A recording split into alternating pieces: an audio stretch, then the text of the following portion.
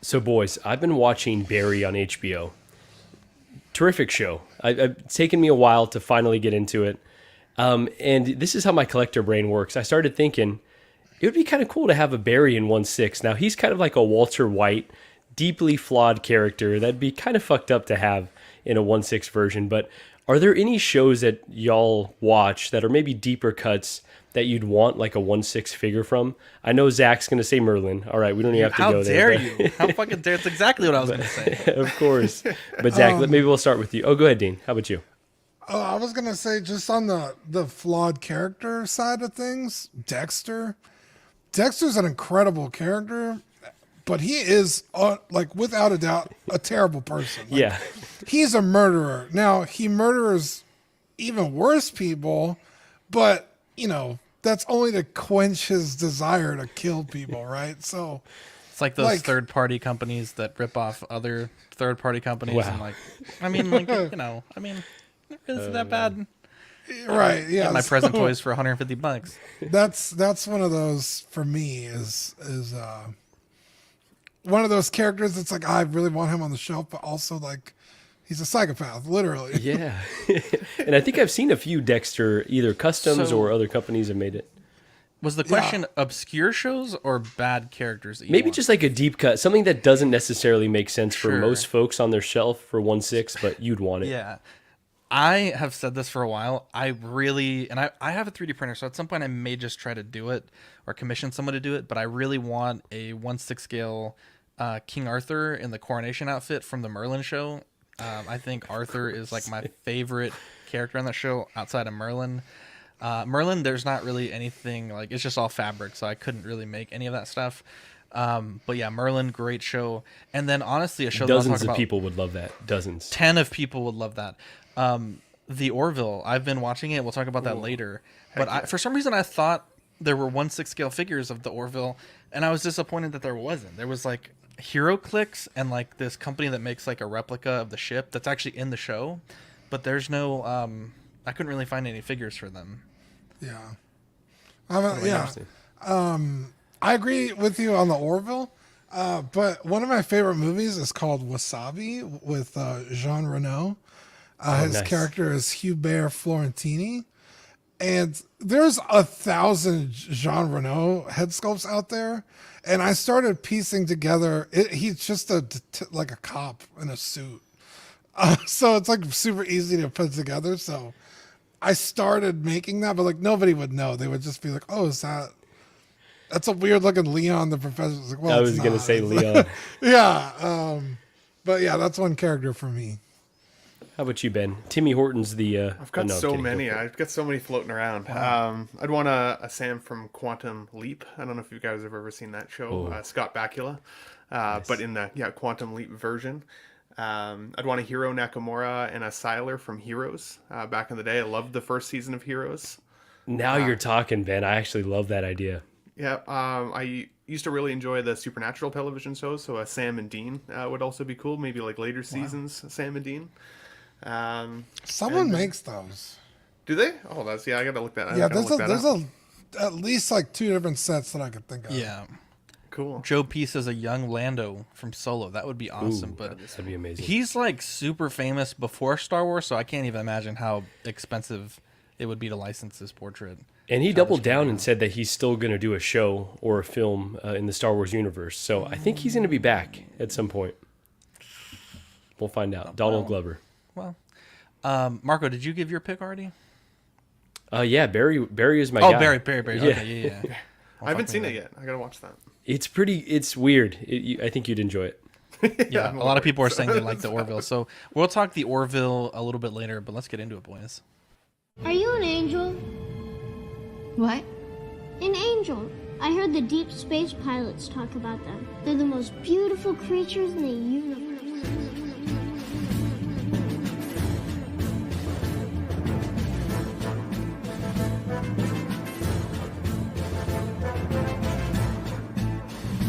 Hello there. We are tonight's entertainment. We would be honored if you would join us. He's got a billion toys.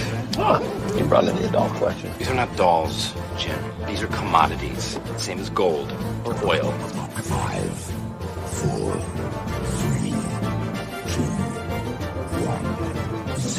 You are now listening to the Collecting Weekly podcast. This is the true form of lore gang right here. Very nice. YouTube.com/collectingweekly. Thank you very much. That's very cool. Big. Hey guys, my name is Zach. I'm Dean. I'm Marco. I'm Ben. Welcome to this week's episode of Collecting Weekly. This weekly podcast where my friends and I talk about the things that matter the most to us this week in collecting. That's right. And we want to thank everybody watching out there in TV land and podcast land, wherever you're watching us, whether it's live or on the replay. Thank you.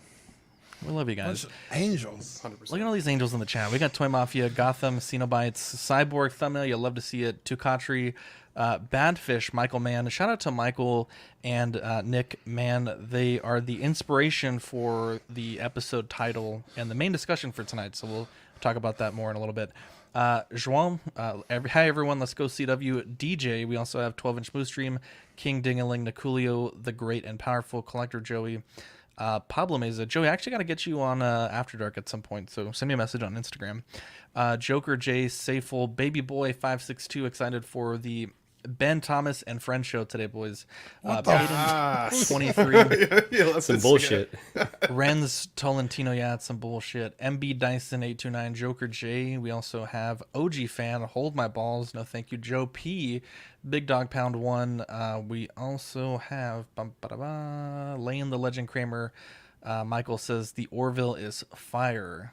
Dude, I don't think I could love that show anymore. Bro, that's John so... Ortiz. It's good. We'll talk about it. I can't wait till you talk about it. Yeah, I love it. Oh, it's so good. Let me see here. King Dingling. Didn't Dragon make a great 1/6 Wasabi Gene Reno figure back in the day? Oh, I think they did. It's terrible. Jazzy in the chat. S Beam. Sweet Angel. Look at this. Joker J says, I am Jay. Glad to have you here, Jay. And Big Ol' Fern. Guys, we have a great show planned for you guys tonight. To be honest, we don't have a ton of news, but that has never stopped us on a Tuesday. Dean, before we get into it, we have a very special segment that we start off all the best shows with. Yeah, you guys ready? Yes. It's new this week. Yeah. What'd you get new this week? I had a pretty busy week. All of it in smaller scale stuff, but I finally got caught up on my Sonic figures, guys. So no more hunting for me for a while until the new wave comes out. There's zero chance you're caught up. There's got to be at least 20 more of these things. Okay, you're not wrong, but I'm not buying those. All right. How are there so many? There's a lot of characters, dude. There's tons of characters. Like one character, maybe two. I didn't realize. I know it's a guy that runs around and gets rings. I don't understand. Anyways. Yeah, so it's I got Chaos and Knuckles, both at retail, which is nice because Chaos can sell for around like $50. And he costs 11, after tax. So I was happy to get both of those at retail. I also picked up the McFarlane Demon Slayer figures. They just hit the shelf like that day. Rainer had found them like a month ago, but they wouldn't sell them because the Street Day wasn't popped yet. Oh, really? Wow. Yeah, so he found them for me again, but this time, he was able to buy them. So it's Tanjiro, Zenitsu, and Nezuko. Yeah, Nezuko. A lot of my favorite OnlyFans models. You do right. One on the right there. And I loved it. Big fan of Demon Slayer. And a great way to keep your ramen warm, too. So there you go. I also picked up the McFarlane 5-inch. Wow, how dare you? It's over my head.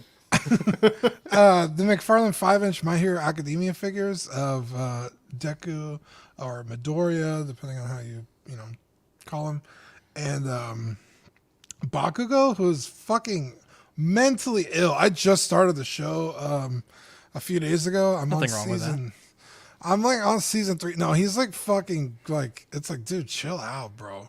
But I got some other figures coming in the larger scale. I missed out on them because I didn't watch the show. And then I was like, sure enough, I started watching. I was like, yeah, I love this. This is fucking fantastic. So I got some figures coming. And then I also picked up the Figma Fate Grand Order Ruler figure, or Joan of Arc. She's fucking beautiful, fantastic. again, Figma, you really can't go wrong. If you're looking for anime figures, Figma is the way to go. So I picked that one up as well. So that was my week. Hell of a week. That's a heck of a week, dude. Yeah. No And that's just the stuff that got delivered. Like I said, I got stuff in the mail. So no, I'll have more next week. And sorry, do you keep these all on the card as well, or do you take these out and display these ones? I have not. The Sonic ones I do not take off the card. The Demon Slayer ones I have not decided, and then the other My Hero figures I have are loose already, so I will. Dude, your room must be like a treasure trove. Just like I'd pay to take a. I wouldn't know. I've through never and- been and invited. See what's going. Yeah, That's probably why. I've never There's been too many hidden invited. treasures. Yeah, I don't only want been to Zach Dean's house walking out once. with full pockets. That's right. How dare you? How dare you? The chaos, is it articulated or is it like a bendy figure or like what's the story on that it's one? fully articulated. I like that clear plastic. That's just like so 90s. And once Knuckles gets his own movie, you're gonna have a whole other line to go down. So. Oh, look at that. So is this like the big bad guy or? So this is the big bad guy for Sonic Adventure 1, which came out in 2000, I think. Yeah. Like old game. So honestly, it was like a shock that they came out with Chaos. I was like, what? Like this is like the first Chaos figure I think ever. So I was super excited to see that. That is exciting. I'm excited. Well, congratulations, Dean. That is quite the haul. Ben, what did you get new this week? So I had a pretty crazy week. I'll start with the picture on the left. So you see all the light strips and extensions. So I've been working on the cabinet display behind me. I used to have the Kallax cube right behind me, but I'm mimicking basically the setup that I have in the other room that has my other like main display of figures, but it's going to be behind me now. So it's an expensive setup. They're all Billy shelves with Oxford doors. I'm going to do like a YouTube tutorial on like how I've built my own. So if anybody kind of likes the setup, they can recreate it. As you guys can see, like there's still 3 levels that don't have the lights in them quite yet. Still a bit of a work in progress. Looks great, Ben. And Billy's might be the best way to display figures, honestly. I love so it because clean. it picture frames them really nicely, and with the Philips Hue lights, they're so bright and just like you can see every detail super crisp. So I've been really liking that. But then last Tuesday, we were talking a little bit about figures that we like had chased, ones that we just wish we could get our hands on, and I mentioned the Christopher Reeve Superman, and John at the time was like, hey, well, I've got one for sale if you're interested. So we went back and forth this week a little bit, and then he was able to get that locked in for me, and it shipped really quickly. I think he shipped it on Thursday, and I had it by Monday morning, so really quick, but beautiful figure in hand, especially like considering it's an older figure at this point. It's amazing. I think my biggest complaint is honestly this base. Even though it's kind of a cool idea, they don't peg in very easily. So where I thought that was going to be part of my like full-time display, unfortunately that went back in the box. But really excited to have this. Now, obviously, we all know John pretty well. He doesn't usually let his figures see the light of day. So this thing is in absolute pristine condition. It still had, plastic on the hands and the head and on the belt and everything. I know his soul is shaking out there somewhere right now, hearing that I took it out of the box and touched it with my bare hands. But it was worth it. It's very, very cool. And now he's going to be centered in the display here behind me when I stream. Very, very cool figure. So I think you had one more slide there as well, potentially, Zach. This one. So this was something I just included because just as, like for new collectors out there, if you're buying and selling, obviously you always want to buy with confidence. You want to try and get the best deals. But this was a touch that John put on the box for me that I actually really appreciated. He wrote "Fragile, handle with care, please" in big, bold lettering. It's a vet move. So that, it would get handled with care. And I appreciated it because it showed up. It was in great condition, no concern at all. And it was just that little extra thing that, one collector to another collector definitely appreciates. So something to consider if you're ever selling your own collection. For sure it was appreciated. I will be honest, that probably works in Canada, but in America, that's like a challenge. That's a bullseye, bro. They'll throw that shit from the Fair sidewalk. They're like, what do you think Only I was listen to gonna Ben do? if you're in Canada. Yeah, that's this is if I saw a package like that and I was a postal worker in America. You fucking... So no head? That's how they would treat that package in America, Ben. That's a bullseye, my Walk friend. past, spill your coffee on it. It's all good. That's amazing. Bro, the thing is though, like in America, everyone does that, and so it doesn't have value, right? Like I'm not sure if perhaps Canada is like different, but if you look like there'll be times when I go to ship things for CW and you can see like the post, the whole operation. Every package has that, like a fragile or written fragile or glass or this side up. So it's just like white noise. They just don't care. Yeah, White they noise, just yeah. don't care. Fair enough. It's a nice touch. Don't get me wrong. They just don't care in America. For sure. But it looks like it I made it to you appreciate safely, though. It like didn't look like it had any issue whatsoever. And the box, insane. Like the inside box is obviously the Superman symbol that you saw with like the like it's basically like a base made of cardboard box, which is really cool. But it all folds out on itself and everything. So, it has absolutely the potential to get damaged at the corners very, very easily. I'm surprised they almost don't give you like corner guards or anything like for this special edition box. So, but really cool on display. And now I've got it in the closet, kind of like the way I face the computer. I also face my closet, and in my closet I have a like a figure box display. So it's front and center there as well now. So pretty cool. Love it. John says I would still write it. Better be safe than sorry. Free insurance. There you go.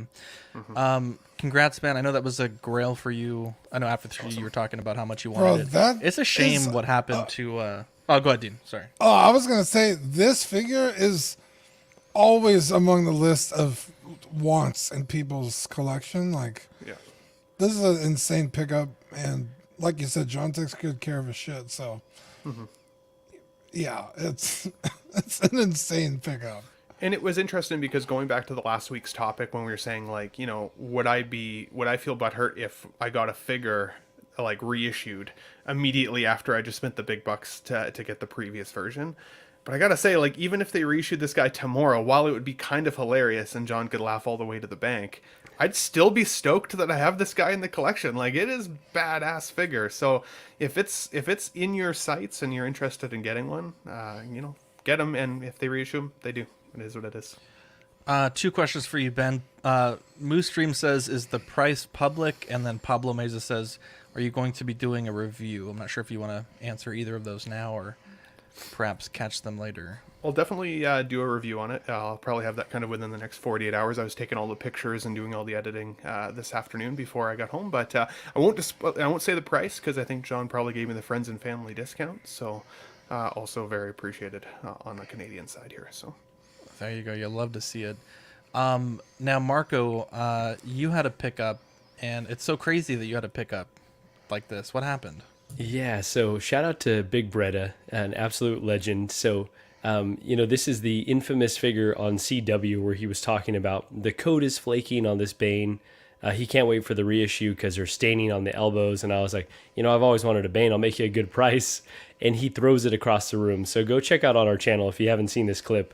Absolutely hilarious. And so he ended up, I thought he was going to joke, but he ended up shipping it to me. Absolute legend for that. And this Bane's incredible, honestly. Like, it is, the coat is flaked out. It only comes with this, kind of beginning scene t-shirt design. But I think the head sculpt is, oh, there it is. Here we go. This feels like a trick. He's standing over here, you see? That's nothing to me right there. Okay, for you is nothing. For me, it's a big Yeah, I know. For you, throw it in the bin. And then here the head sculpt is broken there. Oh, wow. Happens a lot. It's worth the claim, to be honest. Hell yeah. And that's the whole package is like this. This is the Hot Toys one. Shoot, I'll make you a good price for sure. Whoa, I missed that. Turn around. What an absolute madman. Those all don't fuck around, bro. That's right. So now I finally have this Bane. Obviously the 2.0 is on the way. But I love the idea that I can kind of display this beginning scene version. It comes with Zach, I know you're kind of in the process of 3D printing these as well. Kind of this broken cowl. That piece alone is amazing. So I've got my Dark Knight display. Once my rooted in art Jokers come, I think I've got my trilogy display ready to pop here. Sorry, I spaced out. Did you say he just gave this to you, or he sold it to you? We had a little side deal, but it was a good deal for me. Let's just put it that way. So yeah, all I had to do was talk to his friend. I think it was Yvonne, or it might have been Ivan, just about how our election system works. So yeah, beyond that, it seems like a perfect setup for me. That was a Russian joke for you, Marco. Yeah, that's right. And then one last thing that I picked up here. So this little clown mask here, $20 on eBay.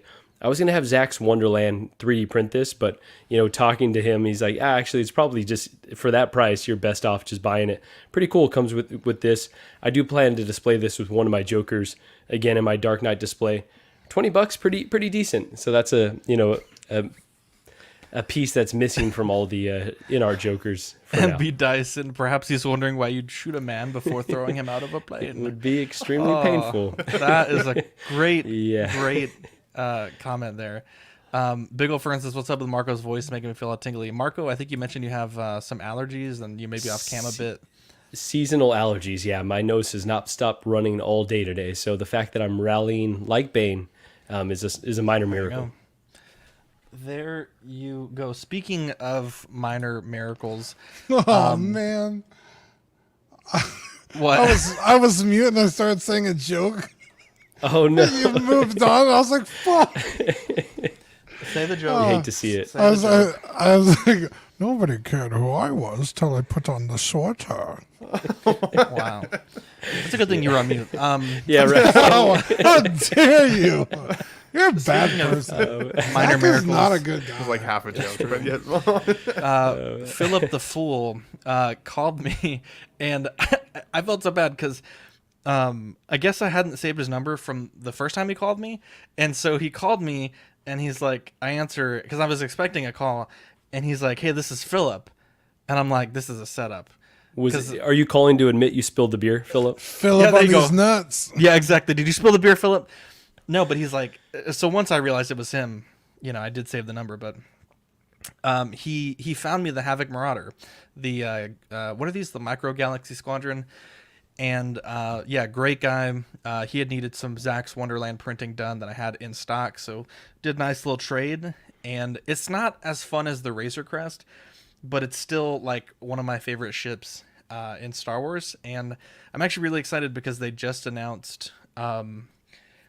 Today, I think it goes live tomorrow, or maybe even it may be live now, the N1, Mando's N1, so that line just keeps getting better.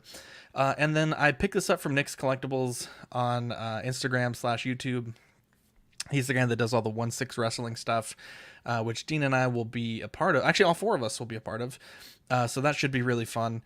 But I picked up from him the black suit Spider-Man from Spider-Man 3. This is a figure that I've owned once that was loose, and now I own it and it's complete. And I already paid for a second one, but I'm trying to meet up with this guy, and it's just...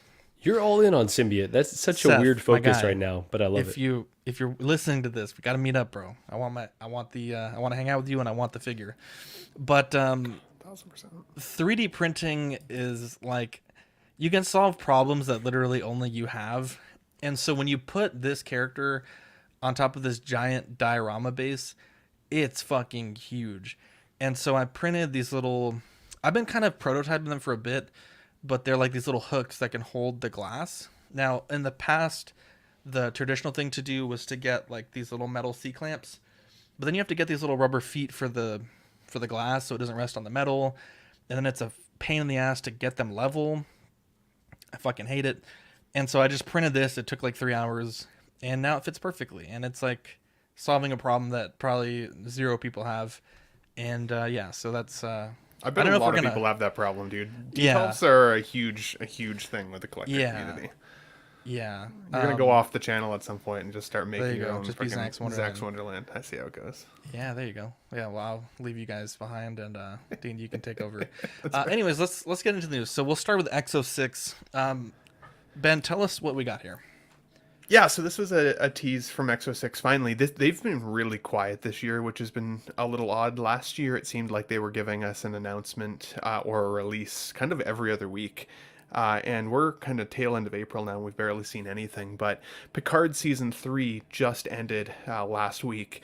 And for the Star Trek folks in the community, in the chat, I think I speak for most of us when I say, like, it brought the majority of us to absolute tears. Like, it was a phenomenal way to kind of polish off these characters, these legacy characters from Star Trek The Next Generation. It was like season 8 of Star Trek The Next Generation. Like, it was so good. So anyways, I say season 8 as in like the last season. Like, there was only 7 seasons originally. But X06 has given us these, which is interesting because it feels to me like X06 is not really completing any lines at this point.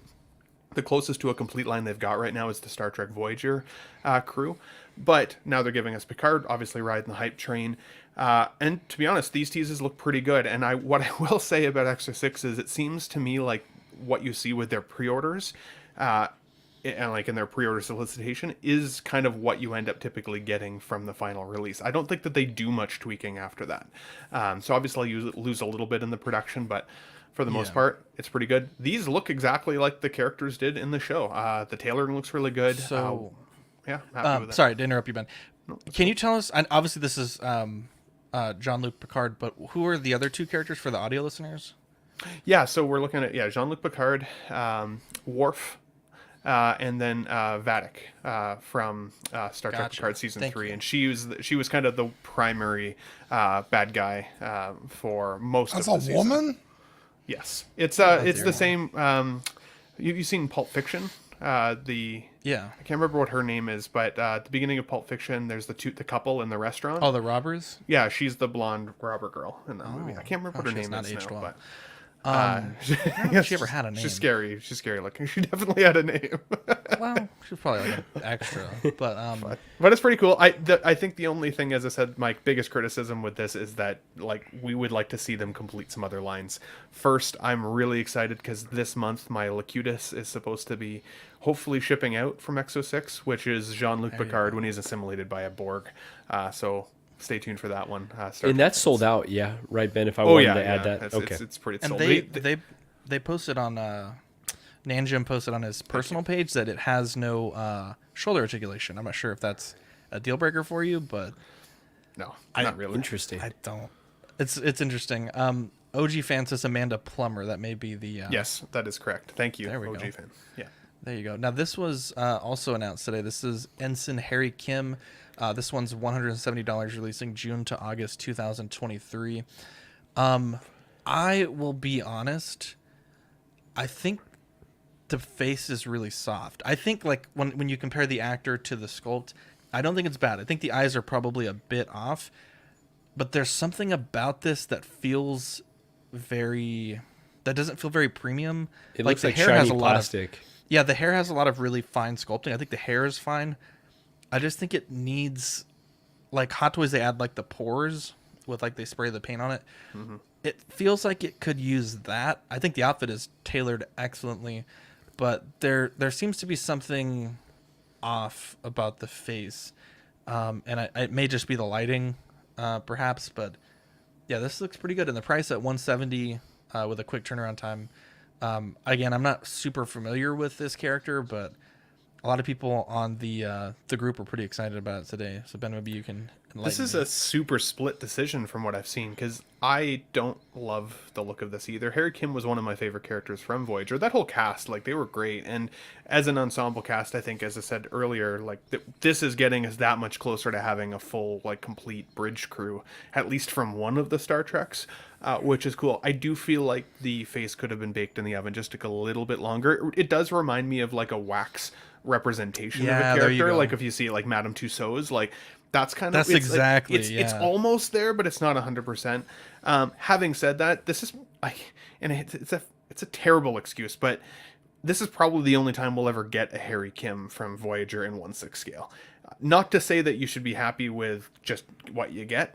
At the same time, the price is going to still be pretty low, and this is pretty in line with the other Voyager characters that we've got so far. They've all, for the most part, been subtly on the soft side, especially the Catherine Janeway, the captain. In my opinion, from that line, the Tuvok was the best. Michael Mann says, not a Star Trek fan, but X06 does some very impressive work. And that's, I think, the challenge that I have with EXO is that it seems like their consistency is very very roller coastery. Some like seem like they're produced by an entirely different team than the others, and maybe that's literally the case. But it would be annoying to collect X06 exclusively, for example, as a line like people do with Hot Toys, but to then see the vast difference in quality. Whereas people would argue the same about Hot Toys, but I don't think that separation is nearly as significant with them. So.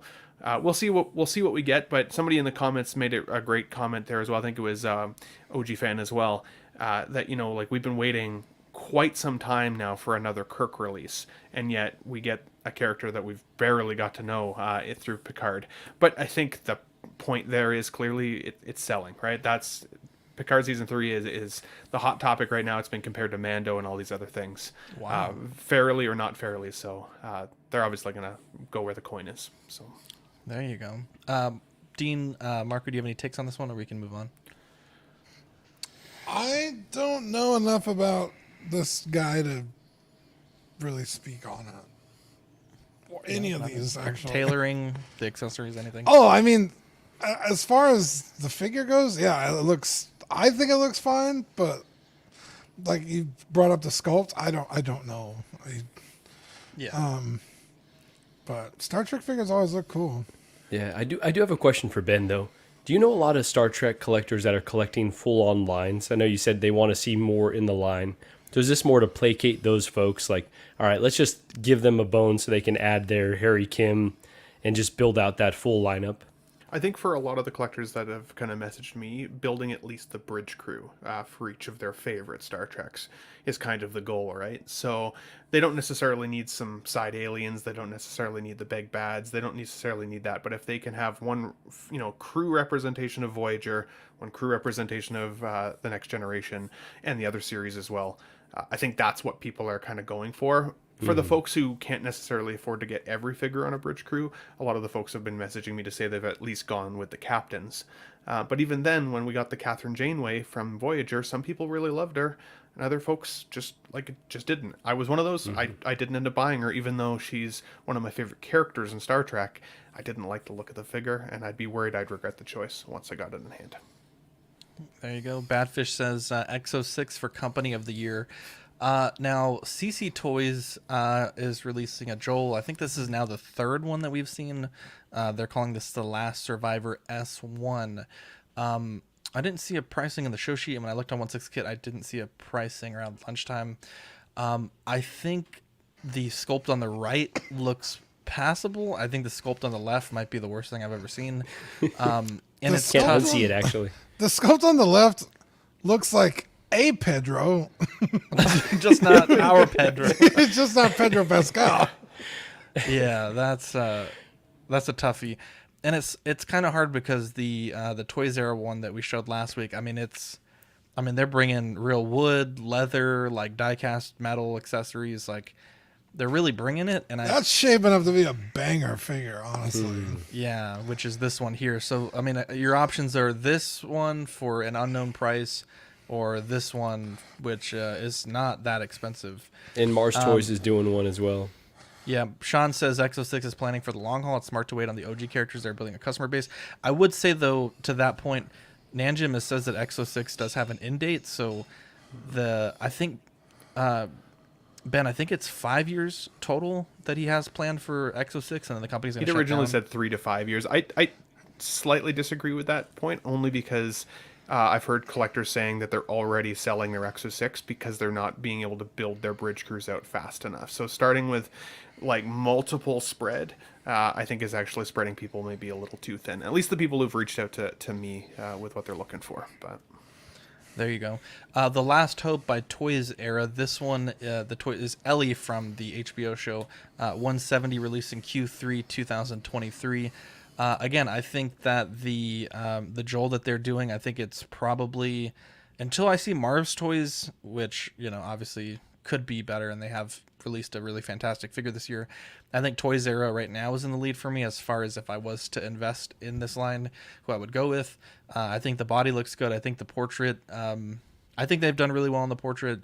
I certainly think that both of these characters need a lot of weathering to really make them feel in universe. But as far as the accessories go, and the details on the characters, I think that they're doing very well. And I think out of the gate, I think this Ellie portrait is much better than their first attempt at the Pedro sculpt. Yeah, I mean, just looking at it, I know exactly who that's supposed to be. It wasn't even like a question, like, what is this? Like, I knew exactly, who the actress is. Yeah, I have zero interest in these as a collector, but objectively, I think they look fantastic as a pair. And like I said, that the Pedro figure is shaping up to be one of the greatest figures ever released, just in terms of the materials you're getting, the price point, the tailoring. I mean, just slow down. Yeah, Dean. just one of the greatest figures ever released. Based on what you saw. Like for third party, I mean, you're talking real leather, real wood, metal. Like that's not a lot of hyperbole being thrown around there. But it's also not like without warrant either. Like who's doing that? No one's. You're talking about the Joel? Yeah, for a third party figure to be doing that at this price point. Yeah, I mean, I think the Mars. I think what third party is giving you this year, with the what was it, Ben, the prank villain or the Joker, the 66 Romero Joker, and then we see Joel last week with real wood, real leather. We're in a pretty good spot with third party at the moment. Yeah. I don't know that I would say either of those are the greatest ever made, but honestly, this year you wouldn't be remiss to say that the prank Joker is the best figure released this year of any company. There's a lot of people think it's better than the NART one. I don't know that I agree with that, but I could see it. If I think about it enough, I think I could see it.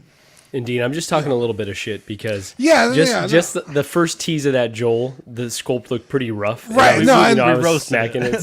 Right before you rudely interrupted me, I was gonna say that based on the prototypes. Now it might come out and it might be garbage. They might cut back. Well, we couldn't do the wood, so it's actually this, or well, the leather didn't shape out, so it's this, and that remains to be seen. But if you're getting this quality and them pushing the envelope like that, I think it's at least for the year, very impressive. You're right. They're continuing to set that high bar with third party where it's not just like a throwaway. It's like definitely a premium looking figure. Yeah, and offerings. Already the price that some third parties can get to on the aftermarket, like, hey, you didn't pre-order this, and it's like, oh well, and this has the possibility of being a grail figure for somebody. People love this show, people love this game, so in 2 or 3 years, 4 or 5 years, it's like, fuck, I didn't get that figure and I really want it, and yeah, that's it's interesting because figure's definitely going to be in the running for GOAT. I remember, and it's coming from someone who doesn't even like this shit. I remember when Dean, we used to buy third party stuff like kit figures or figures, and the first thing you would do is like swap the body because they were garbage. Now you're getting third party figures and they're just like pretty much good to go, like display ready.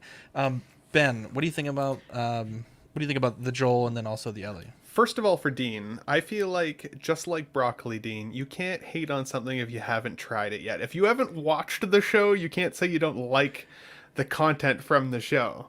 I think you would have more of a connection to these figures if you watched the show and actually liked it. Because I know your heart gets connected, and then you're like, okay, I kind of like it now. No, the show's good. He won't like it. We know his feelings about Batman, Merlin, so you're not wrong. There you go. I like Merlin. So that's making my point for me. No, how dare you? Merlin is one of the greatest TV shows. Dude, Merlin, I will die on that hill with Zach. It's so Merlin good. is fucking fantastic. So good. You got to watch Merlin, Marco. I have no doubt that the show's good. I mean, like I said, people obviously love it, but I just have to stick to my convictions and not support it because I know the fucking garbage it turns into. Unless they fucking right some tremendous wrongs, like I'm just not gonna, partake. For sure. This is a great comment from Sean Forrester. These look great. What are we waiting on? The official release from someone like Star Ace. That's actually something I was going to make a point on. Was if you go back if you go back on 2 photos, there, Zach, like to the first picture you showed with like the grimacing face, and then you see this Joel from The Last Hope. Like, it's cool to see third party even competing with third party, and it's cool to see the difference in quality level that you get from different companies. And then when you compare them, it does look a little bit like broccoli, chewed up broccoli. When you compare them to what you see from companies that are licensed like Star Ace with the Homelander figure and some of those, like, what was the Starlight figure? Like, man, they are just so rough. And so, like, I am excited to see companies like Toys R Us and Mars potentially get licenses in the future. I'm not excited for the price hikes that typically come with licensing figures. I don't care what the name is on the box as long as I feel like I've got the representation of the character in the collection. But I do like the competition being driven by competition, which is also, in my opinion, still putting some heat on Hot Toys. I know Hot Toys is still like up there. They're hard to touch, but they're not infallible. And the more we get, characters like the prank villain, the more people start to recognize that third party route is pretty exciting. It's part of the reason Joao Bretta's channel had become so big, right? Not only is he quite the personality to watch, but some of the third party figures he's reviewed over the lifespan of his channel has been amazing. It's really cool stuff. It's what brought my awareness to third party when I was just collecting on my own terms without a community. So for this Joel specifically versus the other Joel, if I were going to choose, it obviously is the Toys R Us one at this point. I thought that the tailoring on this one still looked a little bit on the baggy side, but at the end of the day, it's a post-apocalyptic world. For all we know, he just took this jacket from wherever. I think he got this jacket from Bill, I think, in the show. Bill was a bigger guy, so maybe that explains why the jacket's a little on the big side. For the Bella Ramsey figure, though, I was very pleasantly surprised to see the likeness on that particular figure. I didn't think they'd be able to nail her unique face. She's a very unique looking person, and I honestly 100% see the likeness in this. It's just definitely there. So I agree. Whoever, I think it was Zach that said the weathering could use some extra love and attention. But I mean, at the end of the day, that's something you could even do after the fact if you wanted to, right? She did get she did get this clean clothes change during the season itself. So at one point it was relatively clean after her shower and stuff. So, but I think they nailed this. The only thing that I would say for that last figure release that we saw with that grimacing face, if they'd at least made it like bloody like we saw with the Unbreakable figure from So Toys, that would have been cool. Like something that just like looks a little bit more like heated of the moment, maybe covered in blood splatter, something that's a little scarier, could have been cool as a separating piece. So yeah, so Ben, I agree with you. I think the Bella Ramsey Ellie is probably the strongest of all 3 figures we're talking about here. The likeness is just really spot on there. I want to go back to controlling the messaging though, right? When Toys R Us first put out their Joel solicitation or their tease, it looks pretty rough. But these other pictures that they've come out with since make the figure look, I mean, Dean just said the greatest figure of all time. So it's such a stronger representation of the figure. It's like, you guys were so close. You could have just, waited, made sure that you vetted it properly, and you could have gotten everyone, really excited. Because if that was the first thing I saw along with this Ellie, I would be really tempted. The calculus that I'm running through right now is, I enjoyed the show, I did, but I still really enjoyed the games a lot more.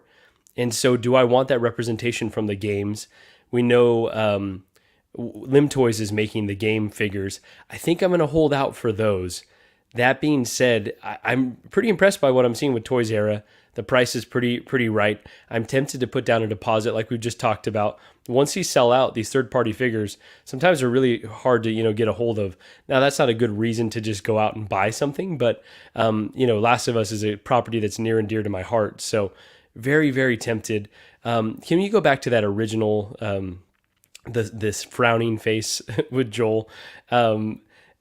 Yeah, this is just like, it looks, it's just terrible. Like Marco. A little bit, actually. It does look a little bit like me. Yeah, this one's, I don't like this at all. But like you said, Ben, it's cool to see the competition, even within the third-party companies, kind of pushing forward and raising the bar higher. So yeah, I do love to see that, but yeah, this is And not the one to have. not just stealing from each other either. Like they're actually producing their own version of the character, which is kind of cool to see. Absolutely. And if they would have nailed this one, it would have been like, well, this one comes with the angry sculpt. This is why I'm going with this. 100%. And, you know, they fell short, but at least they're trying something different that, you know, the bigger companies don't always do. So I appreciate there's a lot of representation, but I think holding out for the limb toys for now. One thing that I think gets lost in a lot of these conversations is Hot Toys started out as a unlicensed third-party company. So, you know, we're seeing companies like Mars Toys and Toys Era and So-So Toys really stepping up to the plate lately. And I'm not saying that it necessarily will lead to licenses for these companies, but, you know, I wouldn't be surprised if years down the line, if they continue the good work, that, you know, they might step into that license game. I mean, we've seen companies like Jazz Inc. Dioramas just in the past few years. They went from making, you know, things that were third party to now being under the Warner Brothers DC license. And obviously with that did come a price increase, but also, you know, they're able to more widely distribute their products, and the quality certainly has gone up. So I think we're in really exciting times for third party, you know, especially with first party companies. Like you guys mentioned, Star Ace putting out absolute hot dookie garbage, seemingly with every release. I wouldn't be surprised if a company like Mars Toys, Toys Era, or So-So Toys eventually gets offered a license and runs with it. So, you know what I also think this proves, Zach, as well, at least to me anyways, and you guys can beg to differ, but I've never cared to collect like a younger person, like a child character or anybody under the age of 18, because I always thought it could feel like a little bit weird, a little creepy. But this Ellie proves to me that, like, if it's the right character, the right figure, it's done tastefully, it's cool, like it can absolutely complement a collection. And having a younger person like Ellie in the collection, it will actually be a cool display. It makes me more excited for what we're going to see from Harry Potter lines down the line and stuff like that. Like, if you can really nail those likenesses of badass characters, it doesn't matter, you know, what age they are, as long as it's done tastefully, of course. For sure, definitely. Let's move on here. So Hot Toys has teased this. We haven't seen anything official as far as photos or pricing yet, but they have teased a life-size, hyper-realistic collectible figure of Grogu from Season 3. Obviously, this is with the Season 3 pram, at least in the photo. And I think it's interesting being life-size. The pram, I would imagine, is going to be fucking huge. So that'll be interesting to see what happens with that. But I'm curious, would any of you guys pick this up if it went up for retail? Absolutely not. I just don't like Grogu enough to spend that kind of money. He's cute. It's super cute. I mean, he is cute, but that's not enough. You know? It's not enough. I wonder if it's a full figure. Do you guys think it's a full figure? Because my Hot Toys version, the Beskar Mando, I didn't realize that he came with like a half Grogu, like like a slug version. And I think if this wasn't a full figure, I would want it even less. If it was at least a full figure, I could take out of the pram and display it separately. I think that could be pretty cool. But yeah, I don't know if it's a half figure. I would feel like it's got to be a you know, like a full figure, especially because they've already made one, right? Like I don't know. I just can't get over like how big the pram would be. Like that's got to be, you know, the size of a stroller at least. They did make one. Yeah, they did, right? Yeah, they made the life size one. That's the not one not a life size pram. Yeah, in the chin. Yeah, with the ripped chin. Okay. Dude, because when you posted this, I was like, I could have sworn they've already fucking done this. Okay, that makes sense. Yeah, it's got to be a full figure. Yeah, I'm not sure that it is a full figure. I could totally see them doing half a figure, and I would just say I'd continue, right? That it would be classic Hot Toys to like give you a reason to own the other one as well. I would need to see that they made improvements on that chin, on the ear seams were kind of weird. So I think it's interesting that they're taking another go at a life-size Grogu, because obviously in a terribly popular figure, this could be cool for like select few collections. But yeah, they've got to at least push forward this design, or else what's the point, really?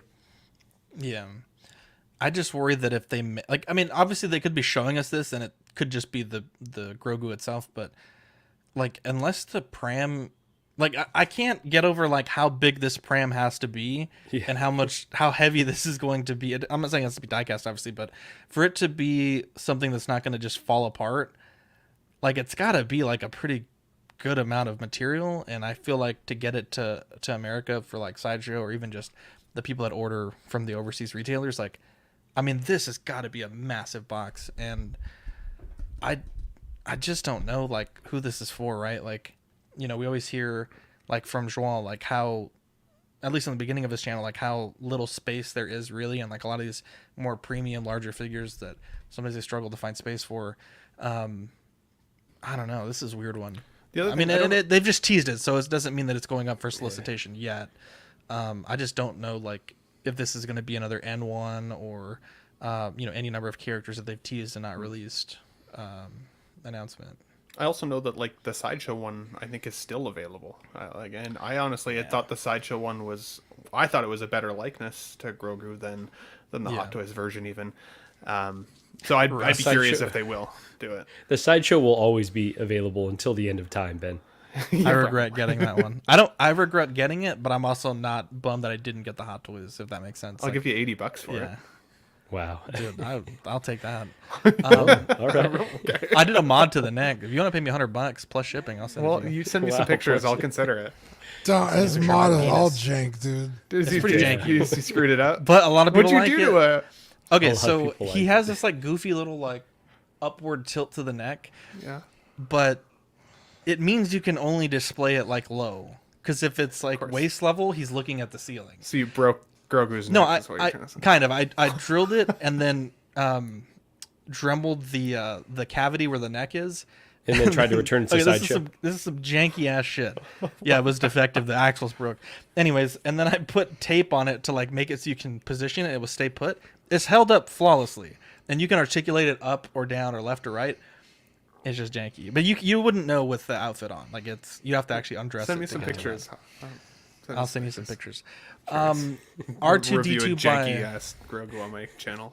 I don't even know where the box is, so that's okay. I wouldn't need the box. Okay, perfect. They're gonna think I'm shipping a real child. I need one less box in my life. Let's be honest. R2 by Hot Toys was released. My guy, hold on really quickly. I got to call out Ben. He's like, I don't know about the DeLorean now, and then he's trying to get this janky ass modded.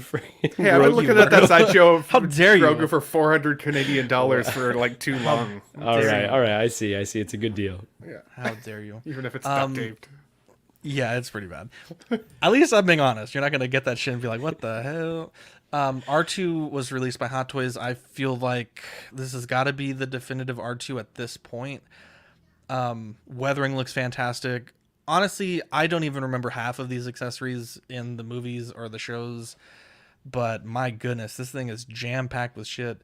I think it looks fantastic. It's a lot. It is a lot. But I know like when the... I think it was the Force Awakens R2 came out, everyone complained that you couldn't do anything with it. I think this is like the other end of the spectrum. Like, who's going to sit there and pose it with like 100 little things out? I'm sure there's someone that will. Mario's actually, he just pulled his out from the display the other day. He has like all of these pieces. Oh, he's got all the out, things? so, okay. Yeah. It's for somebody. That's funny. Hey, there you go. If it makes him happy. Yeah, this is, it's awesome that it can do all this, right? But yeah, this to me has got to be the definitive one, and especially now that C3PO has been announced, I feel like these are gonna start going quick, like from local comic stores, local retailers, your mom and pop online stores. These are gonna be a hot commodity, I think. Yeah, I've maintained that R2 is my favorite Star Wars character. So the more the better, I think. It is slightly annoying that they just keep giving you a better and better and better version every couple of years. But honestly, and I've said this before, I have the Force Awakens version because I had the Sideshow version with all the accoutrements for the Jabba sail barge and shit, and the panels never shut properly. Granted, it's a Sideshow, so Hot Toys will probably be a little bit better with the fit and finish. But it's like, I just need my R2-D2 to sit there and look good. I mean, it's cool that it does all this shit, but like at the detriment of, like I said, the panel gaps looking weird. You handle the figure and things are flopping open and falling off. It's very annoying. I don't know if this does that, but that is something I would be concerned with. I'm happy enough with my Force Awakens one where he doesn't do jack shit. He just makes some noise and the lights come on. But this is cool. I do love those. So I think we're still going to get a Return of the Jedi R2-D2. We've seen already numerous R2-D2s up to this point. Kind of like Dean mentioned, they keep upgrading them. This is from a Clone Wars, right? Or Attack of the Clones. So there are a lot of collectors out there who are now getting that gold C-3PO from their pre-order, in the next year, whenever it comes, that wouldn't dream of pairing this R2-D2 necessarily with that C-3PO, because it wouldn't necessarily be canon. So I'm still thinking we'll get more from the 40th anniversary line. I'm still kind of crossing my fingers we see a Return of the Jedi Luke Skywalker 2-pack with R2-D2. That's my 2-pack goal, that or Han and Chewie, but I don't have R2-D2 yet, and I've got the gold C-3PO on order. So that's where I'm putting my money. I'm not even sure this guy's going to come in stock on sites like Sideshow, but I know you'll be able to get him elsewhere. Worst case scenario, I'm sure, still for a while. So, if you're interested in this guy specifically, this particular version of the character, get it while you can. But I do think we'll see more R2-D2s. They just print money, so I can't see why. I have to challenge that point about, getting it other places for a while. I do think if it is in fact sold out on Sideshow, I think those other smaller retailers get picked pretty quickly. So, we're in a new era. We're going to find out really quickly whether this guy, if they're going to have stock lying around. It would make sense, like you just said, with the Return of the Jedi version, if this is in fact their new business model, that he would be on wait list. They could announce another version, a little more guilt-free, and not have a bunch of stock sticking around on Sideshow. Feels like a better business plan, honestly, than what they were doing in the past. So it kind of like, from a common sense perspective, it does make sense. Love this R2. I'm going to get him. To me, I'm not as picky about pairing, Attack of the Clones with Mando, Luke, for instance. I think those two are going to go nicely together. R2 really does not change much screen movie to movie, save for maybe like the LED display, and that's on the back of his head anyway. So there you go. This one's a little more weathered. I think that would be like the only downside. He's a little less clean. The first look that Sideshow did, they had him on a stark white background, and to me that was kind of off-putting because it looked very yellow. The weathering on the bottom portion on the on the wheels. But I've seen a few more things. Shout out to Beskar Kid, who gets his stuff now like day 0. He must work at Sideshow, I think.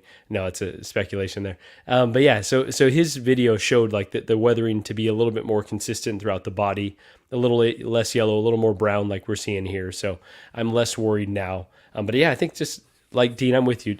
R2 might be the best character in Star Wars, honestly. So I'm excited to finally add one. Vintage Rebellion says, Vintage Rebellion's podcast. Now, Ben, you can see the saw blade from the Return of the Jedi in this shot. It wouldn't totally surprise me if they still just took this guy and put it in a 40th anniversary Return of the Jedi box, but it was still virtually the same character. Other than this. To be honest. So, but this is from Clone Wars, correct? Or Attack of the Clones, right? Yeah, like that's how this is technically branded that. So, it's interesting that that's a good catch though, Vintage. If you saw that, I didn't realize that the saw blade is specifically from Return of the Jedi. So, and I think the one specific thing, Ben, you may have mentioned this, was that serving tray from Return of the Jedi, right? For the sail barge. That could be a cool accessory to kind of differentiate that version from this. I think it's on the Sideshow version as well. So, I think another one is especially now we got Salacious Crumb. Come on, we're going to get a Power Pose Jabba the Hutt at some point, right? So. Feels like it's coming too. Let's move on here. Hot Toys. You didn't even ask Dean to do the impression, but anyways, go for it. Show. Dean, do the screaming R2. How dare you? Do the screaming R2 voice, please. I think he meant the Jabba, but screaming R2. Both, please. I don't do screaming R2. You're gonna have to work on that one, Dean. I've never done screaming R2. Yeah, I can't get that high. Oh my god. Okay, Ben, give it your best shot. I'll practice. I'll bring it to the next show. Oh my god. Tune in next Tuesday. Dean, can we hear the Jabba impression, please?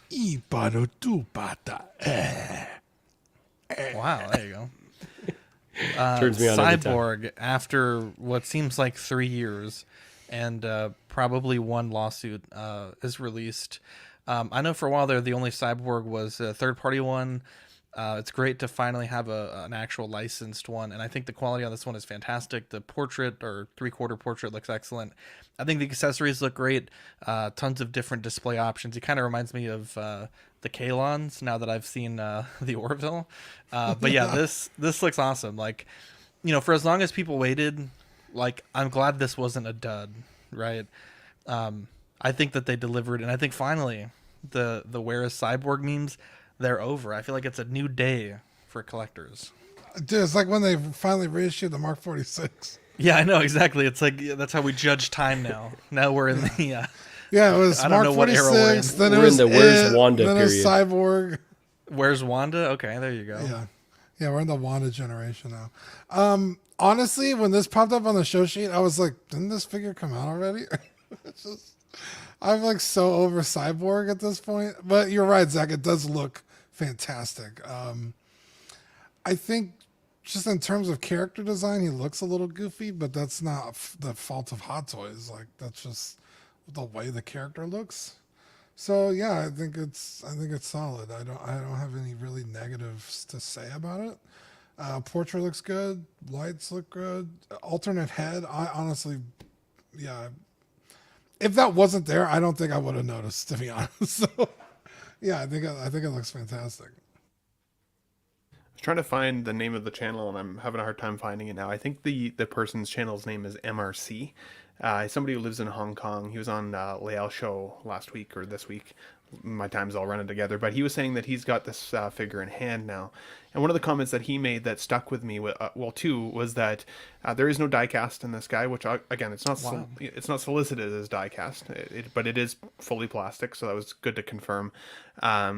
Obviously, this doesn't have the USB powered as well, which is unfortunate because of how much like light system is in this figure.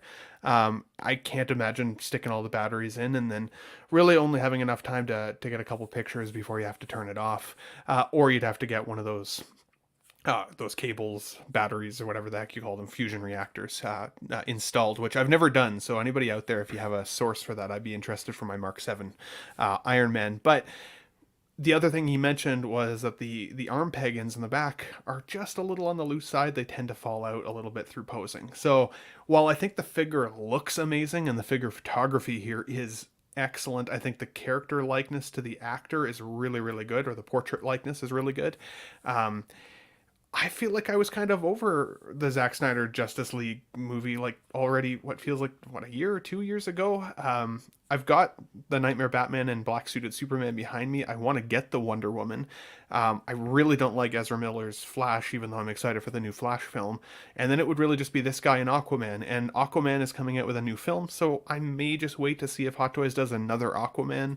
I wouldn't want to try and go backwards for this figure, though. I think that this will probably be the only time we get at least this actor version of this character. Like, I think he's going to be gone from DC at this point. So unlike other characters out there that, you can always kind of wait for their next film if you don't want to pull the trigger on this guy. Like, if you do have either the fear of missing out or you feel like this is the one piece that will complete your Justice League collection, I would get it sooner than later for that reason alone, because I don't think we'll get another one.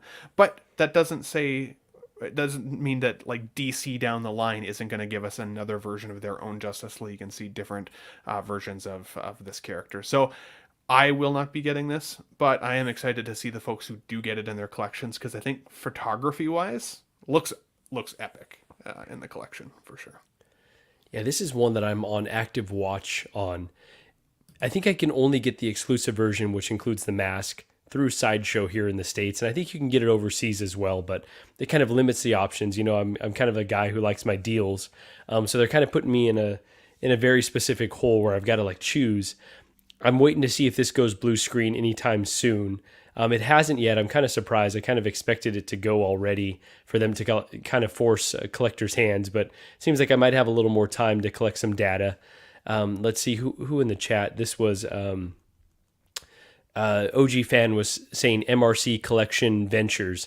Yeah, so really great channel. He already has his Cyborg kind of review or preview up, I think as of a day ago. It looks really cool from what I'm seeing. And I think I have this. What was that, Ben? And Carnage as well, which, sorry. There you go. Yeah, that's another one. So Carnage, cool. I'm for sure going to get. This one, it's like I really enjoy this Zack Snyder universe, as flawed as it is. I think Cyborg was a character that I don't necessarily love. Like, I don't need that representation in the collection. And, we talked about, that's kind of where you get in trouble, because when you kind of take inventory of your collection, you're like, that's one that could go. But this is a really cool figure. So I don't think that I would regret getting it. But again, I'm just kind of waiting to see, is it going to be in stock? Are there going to be any discounts? I'm hoping that I've got some time to decide, but you don't know this day and age. Are you going to say something, Ben? Yeah, I'd also watched the Teen Titans recently, and in the Teen Titans, they also had Blue Beetle is in there with Cyborg, and I think that if you only wanted to get the Cyborg, they are going to come out with the Blue Beetle film at some point. If that's a banger movie, I'm sure we would get a figure from that. So then you could. Are you thinking I think there is a movie already. Because he's Latin. Because he's Hispanic, I would enjoy it. Because yes, I am excited for it, and George Lopez is in it. The trailer looks pretty cool. But you could pair those figures together, and I think they would look cool. You can have your own little Teen Titans setup without having to buy the rest of the figures. I was trying to give you some justification. I was trying to hold your hand into this purchase, and you had to turn it racial on me. Yeah, of course. We had to turn it on you. Appreciate that, Ben. We're always good at kind of enabling each other, talking each other into these rationalizations. So overall, I'm really happy with how it turned out. I will say shout out to Calvin, who's in the chat. He's got the fusion reactors. His collection looks amazing with those figures lit up. If I got this, I would be tempted to track down one of those fusion reactors, because this is one that would absolutely pop with that without the USB plug-in. Look at this. Abe Dunk says y'all are the best. Shout out to Abe. Got to get lunch soon, buddy. Everyone's good on this one. We can move on. Yay, nay. Okay, perfect. 16 Kit put up, I rushed to show a little bit earlier. My apologies. 16 Kit put up a few posts about the in-art Joker. We'll just touch on this briefly. It's not actually an update, but just some info for people still waiting for the Rooted Hair 2-pack. You may ask why you placed your order early, but still haven't received an invoice from us. Remember, the 3-day window for the Rooted version pre-order made people to put in the order quickly, even made our site lag for a while.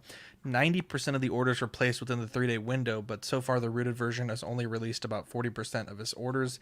Like I said previously, we have the money ready, just waiting for InArt to send us the invoice for the next batch. Please be patient, as there's no way to push them. At least both sculpted versions are fully released. I believe it won't take long for the rest of the Jokers. And if you did order with 16 Kit, which I do recommend, they are preparing the invoices for orders 76468 to 76956. So about 50 away from mine. So close. I'm 10 away from mine. Oh, no, I just missed the cut on this one. I was pissed. There you go. You might still get it though if people decide not to move forward. Possibly. Yeah, 10 away. Did you guys see on Facebook somebody lit their inner Joker head sculpt on fire earlier today? On purpose? Why? Because I guess it had come loose in the glass container that they come with, and it got all chipped and banged up. So they poured lighter fluid on it and fucking lit it on fire. I was probably to get the return item. Oh my god, bro! I'm like, that's amazing. Some I'm men so just happy want to watch the world burn. Yeah, I know Joao was disappointed because he wanted to do the same, but someone beat him sending to a it. message. Yeah. So 10 away. We're almost there, boys. We almost got awesome. So close. Let's move on. 16 Kit, again, a great place to order your third-party figures from. You can get $10 off your first purchase on 16 Kit using code CW10.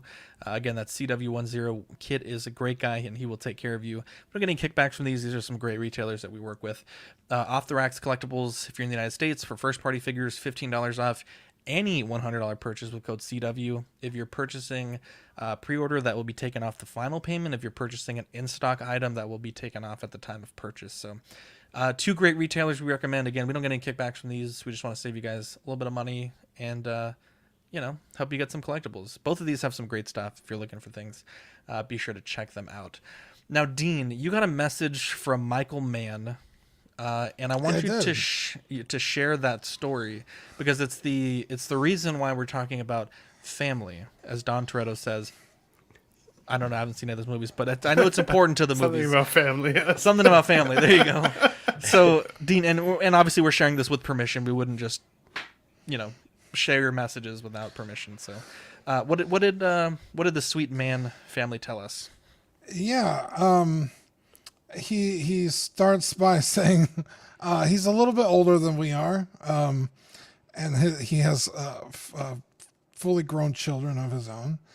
And he says, I have 3 grown kids and a grandson. My kids showed little to no interest in my collecting when they were growing up. And then my son, when he was about 22, got into Legos, which who hasn't, right? Legos they're just badass. A little expensive, but like at least any one of my collector friends has some Legos in their collection. And then I gave him a Hot Toys 5 of First Trooper that ignited a passion. He's now has a pretty immersive collection of his own in Hot Toys, which is always cool to hear. And recently he sent his son a link to our show. And apparently, his son's name is Nick, man. Apparently he drives for a living. And so while he's driving around, he's listening to our backlogs and catching up on the podcast, all of our videos. And apparently I am his favorite. So thank you, okay. Nick. To which I responded, who's his second favorite? Yeah, Zach wants to know who your second favorite is, Nick. And you better answer that question the right way, Michael and Nick. Ben. Oh, look at this. Nick is in the chat. Love you guys. Keep up the great work. Dean, you are the best. Well, Nick, you got to tell us who the second best is. I apologize in advance when you get to the Tough Nut to Swallow stream. That was a tough one. We sent them a little care package. So Nick/Michael, if you guys got that, please let us know. Just want to make sure what we're sending is getting into the right hands. Yeah. So it's just it was the show is something that him and Michael and Nick kind of bonded over, and you know they talk about us when they hang out, and it's just a cool thing to hear. It's you know, we do the show every week, and you kind of don't think about like the overreaching, you know. Some of us do. Yeah. So I guess the question is, how has your family influenced the collecting? How are they involved in it? Doc Smizzle says, when you hear your family, and Abe Dunk says, y'all are my family. What a guy. Yeah, there you go. So, my mom hates this stuff, like not in a bad way, but she's like, you could be spending your money on other things. I would argue that a lot of my friends spend a lot of money on, like, you know, going out drinking or whatever. That's money that just kind of goes away. This stuff I could sell in the future. My dad is intrigued by it. He doesn't collect. Actually, I bought him a few Funko Pops because they have a lot of different things that he likes. And it's funny, he saw firsthand like how valuable collecting can be. I got him a Nacho Libre Funko Pop for Christmas a few years ago, and his buddy saw it on his desk and was like, oh shit, like I love Nacho Libre. Can your son find me one of those? And that pop is like $60 now. And his friend was like, holy shit. And I'm like, yeah, Dad, like, I mean, you know, we bought it for $8. It's now worth over 60 just in a few years. Like it's not a bad, not every collectible is an investment, but sometimes they can work out in your favor. Obviously, John had a lot of Hot Toys that he was able to sell for a premium because he had kept them in good condition. And, you know, I don't think he really sold anything and lost money on it. My dad, though, I actually started sharing this a bit in the Zach's Wonderland chat. He doesn't collect, but he's been a huge supporter of collecting weekly. So I don't know how far Nick has gone back in the backlog, but in the beginning, we used to record on an iPad. So it would be me, Dean, Manny, and Rainer, 4 huge dudes around one iPad, and it sounded awful. And we always had this dream when one of our old hosts named Jesse joined us to like do live shows. And that was his thing. Like, he's like, dude, my goal is to do live shows and have like a live chat. And it's a shame because he never had really streamed with us when we had these things. Because he had left, I think, around like episode 50 or 60. Great guy. But at that time, we like really needed a lot of equipment. So my dad had purchased us a bunch of equipment, purchased our first actual camera, which we still use every once in a while, purchase us when we upgraded to XLR stuff to improve the audio quality. He invested a bunch of money into that. like anytime we've done major upgrades, he's invested some money in it on his own just to like kind of support the network. And even like with Zach's Wonderland, like it is becoming moderately successful. I don't want to be printing all day and painting all day, but you know, it's enough to like get a little bit of side income. He's already thinking like, hey, like, do you need more printers? Like, what can I invest in your company to like kind of improve your odds of being successful with it? And so we've bonded a lot over that kind of stuff. He listens to the show as well. So Dad, love you. Thank you for always believing in us. My brothers don't care that much. Like, they'll come over and look, and you know, oh, that's cool. But yeah, I think my dad thing. Oh yeah. I actually, when PewDiePie shouted us out, my brother was like unaware that we were shouted out, so he was watching and he's like, "Oh shit, that's my brother's YouTube channel." He called me right away. So that was pretty cool because he loves PewDiePie. But yeah, I would say that's kind of the extent of my family. Like my wife tolerates all this stuff, and you know, I'll buy stuff for her, like collecting stuff or like different webtoons compilations that they release.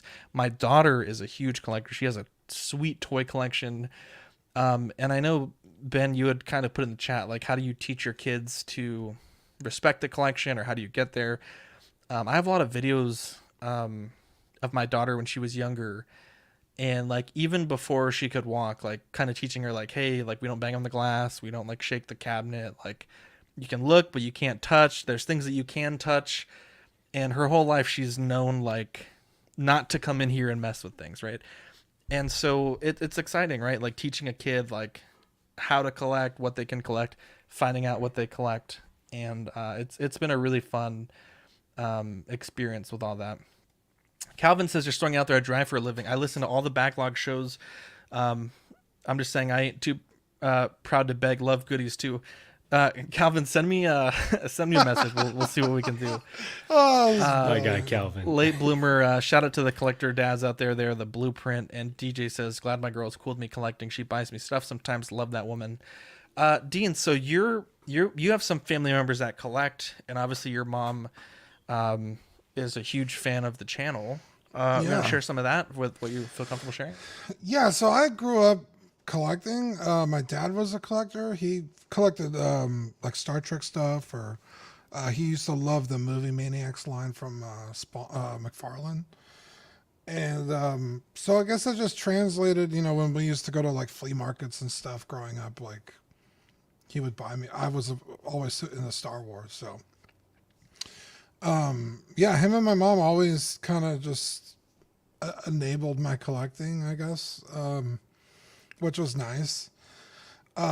And even now, my mom's a big supporter of like, you know, buy whatever you want. You know, if it's something that I really can't live without, she's like, well, how can I help? Like, do you need some money? Like, what do you need? And I try not to, you know, take advantage of that too much, but because she does enough. So, but yeah, my sister also collects. You know, her stuff is a little more niche. She likes to stick to like her main. You know, she does a lot of Sonic stuff, Berserk, Resident Evil. So, you know, I kind of have that bond with her too. You know, like whenever like it's like time to get her a gift, like birthday or Christmas, something. All right, what cool collectible is she like never seen or is completely unaware of? The fact that your sister's name is Deanie, I still think she's your split personality, and that she collects niche things that you enjoy because you're maybe the same person. Yeah, I want to meet her. Yeah, I mean, we're super close in age. I think we're only 3 years apart. So we grew up together, like, you know, almost twins. You know, like when she got a game, I was right there. Like we grew up playing. I was always player 2, right? I was the little brother. So, yeah, we like essentially the same shit. So whenever she gets a collectible, it's like I'm getting it too. Only I don't have to spend it, you know, the money on it, and vice versa. In fact, there's like so many times where she's like, she has this whole set of Final Fantasy 9 figures, and I'm like, fuck, I didn't buy them. I should have bought them because now they're like unattainable. And she's like, you could just go and grab them whenever you want. And I'm like, well, they're yours. You know, it's a boundary I don't like crossing, you know, but she's very nice when it comes to that kind of stuff. So yeah, my whole family is they understand like what I like, and they encourage me, and both my sisters and my mom and my stepdad are Patreon members. They contribute to the show and support us however they can, and it's just very nice. It's every once in a while I'll get a little like, should you have bought that? Or like, maybe you should just save your money, this time. But, it's not very often, because they know it makes me happy. And, that's what family does, is support you. So I can't. That's really cool. I can't be more thankful for my family. That's awesome, I really buddy. can't. That's awesome. That kind of reminds me of Sam Gist as well, and his son. Really? Could you read that comment? Yeah, it's been up there forever. Sorry. What you asked me a question. Sorry. Yeah, Sam Gist says, me and my son collect everything together. Pokemon, Hot Toys, Magic, Jordans. He's 12 and he's always respected and taken care of. They follow your example. Yeah. I don't have anyone to set an example to, so. Hey, Kevin's I'll a take person. a word for it. Dean's son has eaten many figures, so I don't know. Yeah, about that. Kevin does not respect my stuff at all. Yeah, neither does my 18-pound silver bangle. He tried to help me unbox the Superman figure today, and I was just like thinking like John would just be rolling around in his grave if he knew. All right, he's not dead. His grave. His grave. He's not I just haven't seen him in a while. So. Jesus Christ. Holy cow. No, that's awesome. So I would say for me, it definitely stems back to like my collecting stems back to Christmases and childhood and birthdays. When I was younger, all I wanted was action figures, right, for Christmases and birthdays and stuff. And I'd have certain grandparents and parents that would, because I came from a split family, so I'd have the parents that would buy me the the turtlenecks and the socks and the underwear and stuff. And my mom would always stock me up at Christmas time with figures. Going back to like the old Power Rangers figures and like the diamond shaped boxes. I had freaking every Ninja Turtle you could find back then. She even used to buy boxes of Shreddies, like the cereal Shreddies, for the Ninja Turtle rings that were inside. They were like collectible rubber Ninja Turtle rings. She's like, I must have eaten 40 boxes of Shreddies just trying to get you the whole freaking lineup of these rings, right? So that definitely got me started, and then I continued to collect slightly as I got older, and then I got out of collecting a little bit during university days because obviously bachelor living, you're just trying to pay your rent and all the things. So I had a lot of my old school toys actually like stashed at my mom's house back in a different province here in Canada that I didn't get until I finished university and got my house out here out west. And I went back to visit, and I got all of my old toys back, which was cool. I actually got a video on the Ben Thomas Show of me going through some of the memory box items, if you guys are curious what was in there. But Star Trek, Batman, Ninja Turtles, like you name it, it's in there. So, but then in the last year, I've been streaming with you guys quite a lot, and she'd known that I was kind of getting into Hot Toys collecting a few years ago, because I'd had my Batman since I think 2010. And she thought they were cool, but didn't necessarily understand the significance of them to me. I don't think she recognized that it was the next evolution of collecting action figures and figures just in general. But still thought it was cool, and started to watch my content and you guys, because obviously I'm on Tuesday, so they stream it from home after the fact usually, because the internet's connection out there sucks pretty bad. But and then last year she got me a 3-0 Power Ranger, it was 3-0, the Green Ranger from them, which was really, really cool. And has persistently asked me what I want since, and then helped me get my data from X06 as well for my birthday last year. So that's been really neat. And then on the my brothers and sisters side, most of them think I'm just weird because they none of them collect except for my brother Jacob. You might see him in the chat sometimes. It's 123 Thor Gaming. I believe is his handle, and he was down visiting me last year with my dad, and we watched you guys do Pose Wars. It was actually a night that I was supposed to be on Pose Wars, but instead we just hung out and we just watched the show. And then ever since, he's been following you guys and watching you guys independently of me being on the channel or not, just really being a contributor. So that's been pretty cool. And then I sold him my first. I sold him his first figure, which was the First Order Trooper Commander. He really liked that figure when he came to visit, so I was ready to move on with it. So he got it. So wow, he got sold him your worst figure. You hate to see it. He knew that I didn't like it. He knew I didn't like it. How dare you? So, but hey, he was stoked about it, and it's the way she goes. That's good. So you know, You got over retail, right? I got it for way less than retail, honestly. So, Good. I'm glad you didn't sell your. but I only sold it to him for $100. So That's That's awesome. a pretty good deal. That's really, really cool. And has he purchased any more since, or that's kind of his only? He said Thanos is on his radar. That's one of his bucket list like characters out there. So he really wants that. And like I may move on from my battle damage Thanos at some point. So again, I could see that maybe being passed along the line at some point for him. So very, very cool. Yeah. Awesome. No, I love this topic, honestly. So 12-inch Moose Stream is saying, one Christmas when I was 14, for my big gift, I got a power snow shovel, not a snowblower, a shitty electric snow shovel. It's like giving wife an iron as a gift. Oh my Jesus! I bought Shauna a toaster 2 years ago, and it's the most premium toaster you've ever seen. It's a pink Smeg $200 toaster. And when I told my work, when I told Please my never work say colleagues, Schmeg again. That's what it's called, Schmeg. That's what it's called. And when I told my work colleagues that's what I bought her, they were like, "Ooh, like you are going to be single tomorrow." Smeg, No, not Schmeg. Smeg. It's a premium toaster. So Vintage Rebellion is saying, did you want me to read that? Bring back 1/12 Pose Wars. Yeah.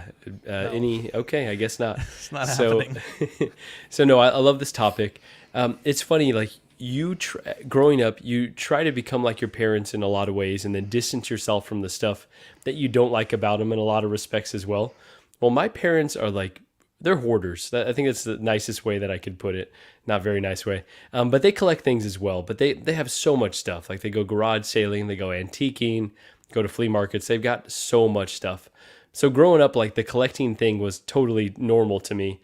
So I've talked about before on this channel and on my channel how my dad and I collected starting lineups. You know, he waited in line at Toys R Us to get me Power Rangers figures, and like we'd go on hunts for all types of figures, X-Men figures, and so he really got me into collecting. My mom collects something called lady head vases, and so most people have probably never heard of this.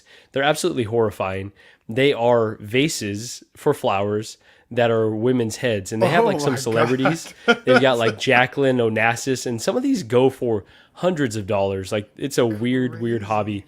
So she has ostensibly Maja cases, but now they're just display cases of these just filled with these lady head vases. So it's funny to think that I get the collecting gene from both my mom and my dad. So like they kind of put me down this path. Gigi and I are very minimalist. So like our house, you know, we try to not collect too many things, just so we know where everything's at. But collecting just runs so counter to that, where I've got all these boxes everywhere now and I'm running out of space because I want more figures. And it's like so outside of, you know, where I thought my life was going. But, you know, I don't regret it. Like I love this hobby of collecting figures. Like it just makes me happy in a weird, irrational way. And, you know, Gigi has obviously in some respects try to, you know, dampen that excitement, but also enables it, right? Like she's excited for me in a lot of respects, does a frickin' podcast with me. So I think I can, you know, couldn't ask much more from her. So yeah, I think this is a very family centric hobby that I've got. My parents don't understand it now though. They're like, you spent how much on this? I'm like, Mom, you spent $200 on a Jacqueline Onassis head to put flowers in. Like, where's the disconnect here? But you know, there's always got to be some hypocrisy when your parents talk to you. So yeah, no, it's just funny to see, you know, where I've inherited this from and where I'm going now. And I guess the future may tell if I ever slow down or if this collecting kind of self-corrects, because my parents never slowed down, and now I see where they're at, and they just got all this shit that they can't necessarily manage. So not where I want to go, but to each their own, I guess. You unlocked like a weird core memory for me, and actually Vintage Rebellion podcast mentioned it as well. My mom used to collect Royal Daltons back in the day. Royal Daltons, what is Royal this? Dalton. I think they're made of porcelain, but they're essentially little ladies in like some level of like really fancy dress outfit. Oh. And they're really fancy, and they were super collectible back in the day. But they looked similar to kind of what you showed with those head vases, just like more like a figure format sort of thing. The full on thing. And then 12-inch Mooshreen says, Ben Thomas Show, hope you also gave her jewelry or something personal. That was the year that I got her a pink toaster as well as a pink hand beater. A Schmeg toaster? A Schmeg toaster and a pink Who the fuck KitchenAid greenlit that name? It's Smeg. It's S-M-E-G. I know, but it's too close to other words. I got you some Schmeg, Mom. And what is it? Well, I don't know. They don't have Schmeg in Canada, I guess. I don't know what you're talking about. So no, you have it. You have. Ben probably got some brewing right now. Oh, God. Oh, my. What is the other thing you're saying? A what? A pink hand beater. Thing. Oh, hand beater. Okay, like, I thought I did hear it right. Yeah, like you beat eggs with it and shit. Oh, make muffins. How do you beat the eggs, Ben? A hand beater? Yeah, you know what I'm talking about. What do you call it? How do you beat the eggs, Ben? Show us. It's like. I should call her. Jesus, Ben. Don't worry about it. Poor Shauna. Hey, no poor Shauna. Today is our 5-year anniversary. Okay. Oh, congratulations! And you're here. I wouldn't have been here for 5 years. So I last night, it was like midnight. I'm like looking at my Superman. I'm unboxing him and stuff, and I'm like, shit. It's April 25th. I missed our 5-year anniversary, and she just went to bed. She didn't say anything. So I'm like, oh no, like I fucked up, right? So I finished unboxing my figure because like she's already in bed at that point, and I realized that today was actually April 25th. So I sent her some flowers to her workplace, which was cool. First time I've ever sent flowers to her work for her. She got home. She was like, yeah, I totally forgot it was our 5-year anniversary. I was like, well, that's 1 point for a future time where I might forget, I suppose. But yeah, no chocolate or anything for this guy. You hate to see it. Only a hand beater. Only a hand beater and some smegma. Anyways, let's. Are we good here? God. Oh, we're great. Thanks everybody. So Ben had a question. We'll just kind of touch on this quickly. I'm full of questions. A lot of answers too. Full of Schmeg too. Should Hot Toys continue with statue type figures? Now, obviously, they have the Power Pose line and Toy Cartel. I have the first 2 made. I just need to get the last 2 made, and then I can ship those out. Should Hot Toys continue with the statue type figures? Now, again, they have Power Pose already, but I kind of don't hate it. I think it's for specific iconic poses, I actually don't mind it. Obviously, this release is quite expensive because of everything that it comes with, but I wouldn't mind seeing more Power Pose figures. I know, like specifically for Iron Man, there's a few iconic poses that Hot Toys figures can get into, but they kind of struggle, like the ground and pound pose. I wouldn't mind seeing more stuff like that. Yeah, I don't know off the top of my head specifically the figures I would like, but I certainly wouldn't mind seeing them do more of them. I know outside of this, the last one that we got was the King Shark. I think that one turned out great. A character that doesn't need a ton of articulation, a character that adding that articulation would really hinder the sculpt. I don't think it's a bad idea. And I'm curious, Dean, if you can think of any character examples that might work well in this format. Yeah, I think this is a perfect candidate for that. Someone like a Tony Stark, anybody that has like a suit that, the figure really, the highlight is the suited figure, right? So, let's just say it's the Mark III, and then you have like a Power Pose Tony Stark to put next to it. Or, I don't know, even someone like,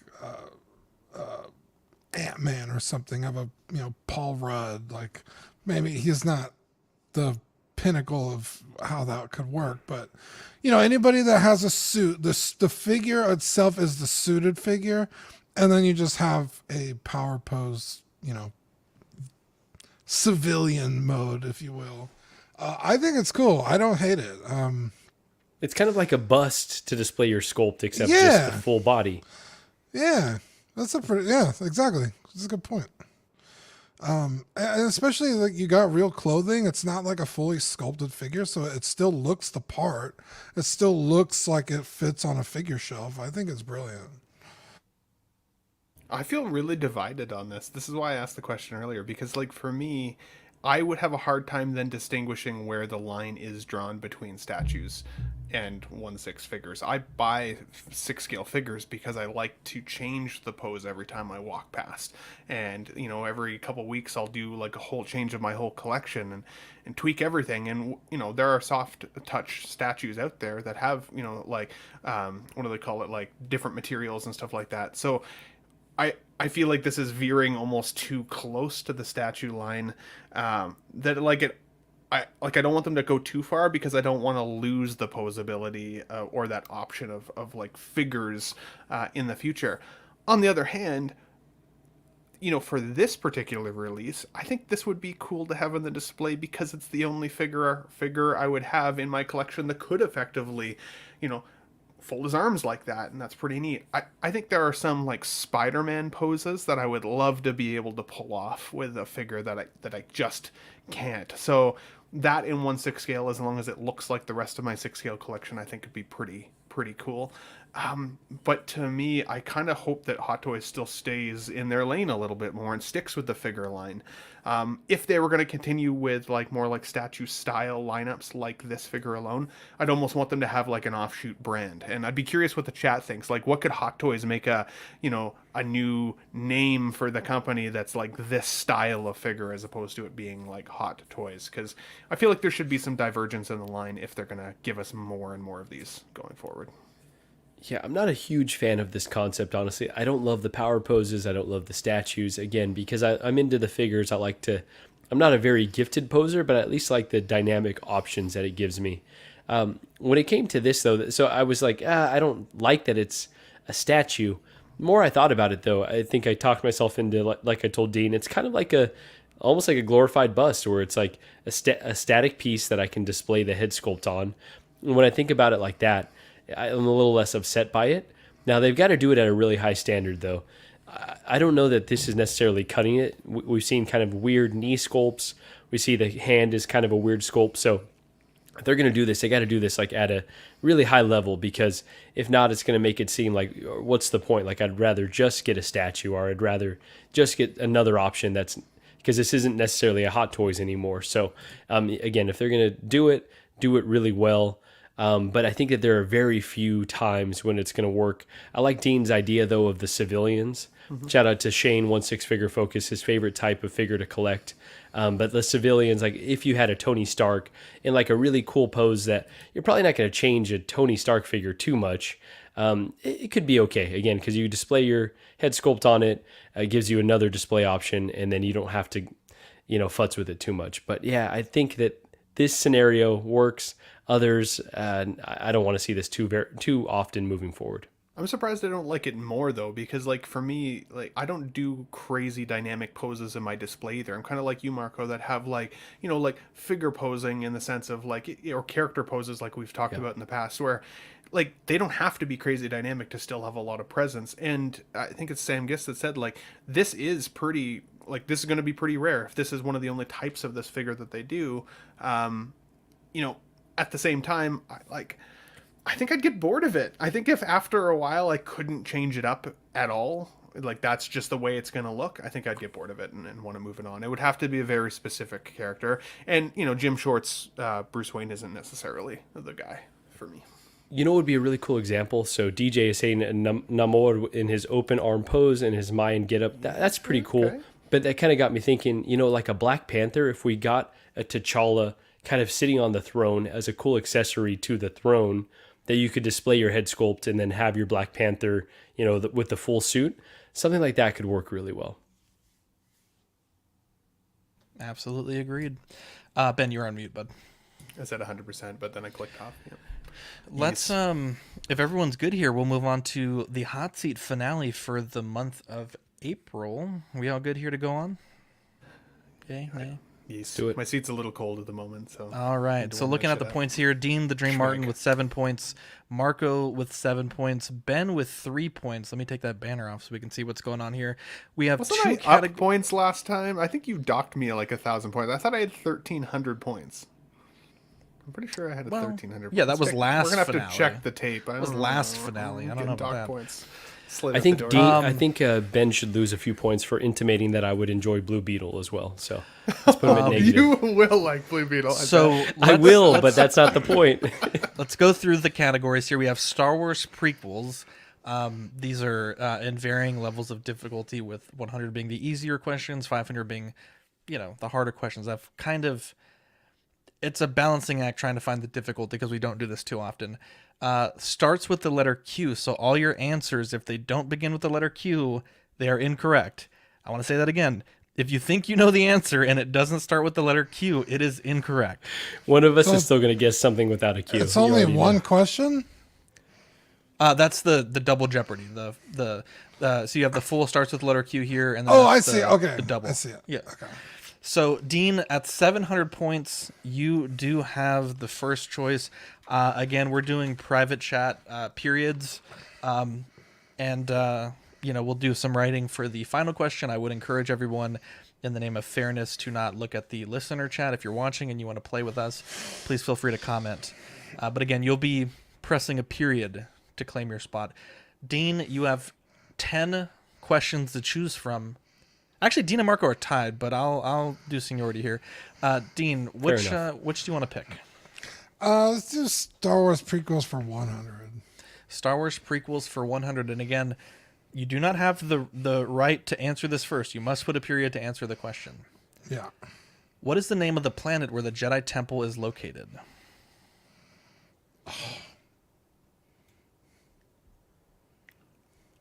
Ben Thomas. I think I'm wrong. What is Coruscant? That is correct. Okay. Coruscant. That's what immediately came to mind, and then I was second guessing myself. I was thinking where they got the kyber crystals from. I was like, fuck, I don't remember. No, that would be... that was too easy, yeah. Okay, Ben, your choice. Starts with the letter Q for 300. Letter Q for 300. This is a dangerous but popular sport played by witches and wizards riding flying broomsticks. Marco G, you've chimed in first. What is Quidditch? What is Quidditch for 300? Marco, the choice is yours. All right, let's go Star Wars prequels for 300. Star Wars prequels for 300. What is the name of the planet where the final battle of, quote, Revenge of the Sith takes place? Ooh, that's a toughie. I didn't get the line there. Which one of you guys was first on that one? Ben. Okay, Ben, go ahead. I didn't click the period. Wasn't. Oh, okay. So it's Dean. Okay, so Dean. Okay. Yeah. Mustafar. That is incorrect. Just kidding. It's correct. I was like, what? That's a deleted scene. I guess technically you could argue Coruscant because the fight's happening at the same time. Oh, that's true. Dean, the pick is yours. Prequels 200. Yep, and I put the line in there, so we should be good. What is the name of the clone trooper army created by the Republic? This is the formal title that is given to the army. Gonna give that a few seconds here. We'll get some music going in the background. Shit. While we wait, let's see. Do we have music here? Do we have night driving? How many points are we looking at right now? If we guess, 200. Ooh, 200. Gonna give you guys just a few more seconds. Do I not have night driving in here? Are you serious? Oh, I do. Okay, there we go. I feel like as soon as you say it, I'm gonna be like, oh yeah. Okay, that's gonna be no one's answer. It's the Grand Army of the Republic. Damn it! That's what I was gonna say. Whose pick was it again? Sorry. That was mine. Dean, go ahead and pick again. Starts with Q100. Starts with Q100. This Arab country hosted the 2022 FIFA World Cup. Marco. Qatar. That is correct, Marco. I didn't for realize 100 points. I didn't realize sports was a requirement of being on sorry, Collecting Ben. Weekly. It's actually really crazy. I should have worn my sports shirt. It's actually really crazy, Ben, because there are words that start with Q that are all over. I think there's actually a second sports question. Marco, the choice is yours. Let's go. Starts with Q for 200. Starts with Q for 200. This British rock band formed in London in 1970. Its hit singles include Bohemian Rhapsody, Somebody to Love, and Crazy Little Thing Called Love. Ben Thomas. Queen. Nice. That is correct. Ben Thomas on the board. Ben, the choice is yours. Starts with Q400. Starts with Q400. Popularized by the James Bond films, this character is the head of the Fictional Research and Development Division of the British Secret Service, charged with oversight of top secret field technologies. Looks like Dean may have chimed in first. Q? You mother. That is correct. Dean, the choice is yours. Star Wars prequels 400. Star Wars prequels 400. What is the abbreviation for the Separatist Alliance that was commonly known as the CIS? So what does CIS stand for? God damn, dude. That's a pretty easy question. If you played the games, it's a pretty easy question. Or read the books. No one? Anyone? 3, No, I don't know. 2, 1. If you did all this Confederacy of homework- Independent Systems. If you did all this homework outside of the films, then it's easy. There you go. You're right. No homework done. Dean, I want to say GPT. the choice is yours. How dare you? Star Wars prequels 500. Star Wars prequels 500. What is the name of the Trade Federation viceroy who ordered the invasion of Naboo? I know this. Is that like frog-looking dude kind of? Damn it! Yeah, he's like. The definitely not Japanese guy. 5 seconds I left. said frog. 3, I don't remember. 2, I have the Back figure. to sensitivity training. Newt Gunroy. Yeah, god damn it! Dean, you have starts with the letter Q for 500. A genus of pterosaur known from the late Cretaceous period of North America. Its members were among the largest known flying animals of all time. Qosaur? Is that an answer, Ben? I hit no period. 5, 4, 3, 2, 1. What is the Quetzalcoatlus? Oh, it's basically a Seems Qosaur. racial, but Oh. all right. That's an Aztec god, It's isn't halfway. it? I was going to say, Quetzalcoatl? we should know that. We should. There you go. Look at that. The chat loving this. Loving this. Loving this. Yeah, everyone got the Q, the Queen. Look at that. All these Qs here. Now, we have one more question. Everyone You should give have done your a favorite Star Trek villain, by the way. Also Q. Cute. Oh, it would be even better if all the answers are the same. That would be hilarious. Now let's Jesus Batfish Quacktaquatl. There you go. Quacktaquatl. Do you guys Closer have than any something of to write us. with, or your phone, or whatever? Yeah, I got my phone. All right, everyone good? And gentlemen's agreement, no Google searching, please. I trust you guys on this one. Now, you're going to put the amount that you would like to wager first, and then your answer. We're going to put 30 seconds on the clock. The question for Double Jeopardy is, this 2D action game with puzzle elements that uses isometric graphics to create a pseudo 3D effect, the object of each level in the game is to change every cube in a pyramid to a target color. Again, the answer will start with Q, the letter Q.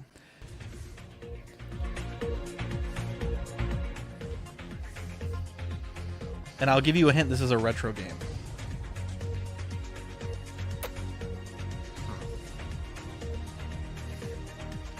So your answer will include the amount you want to wager and your answer to the question.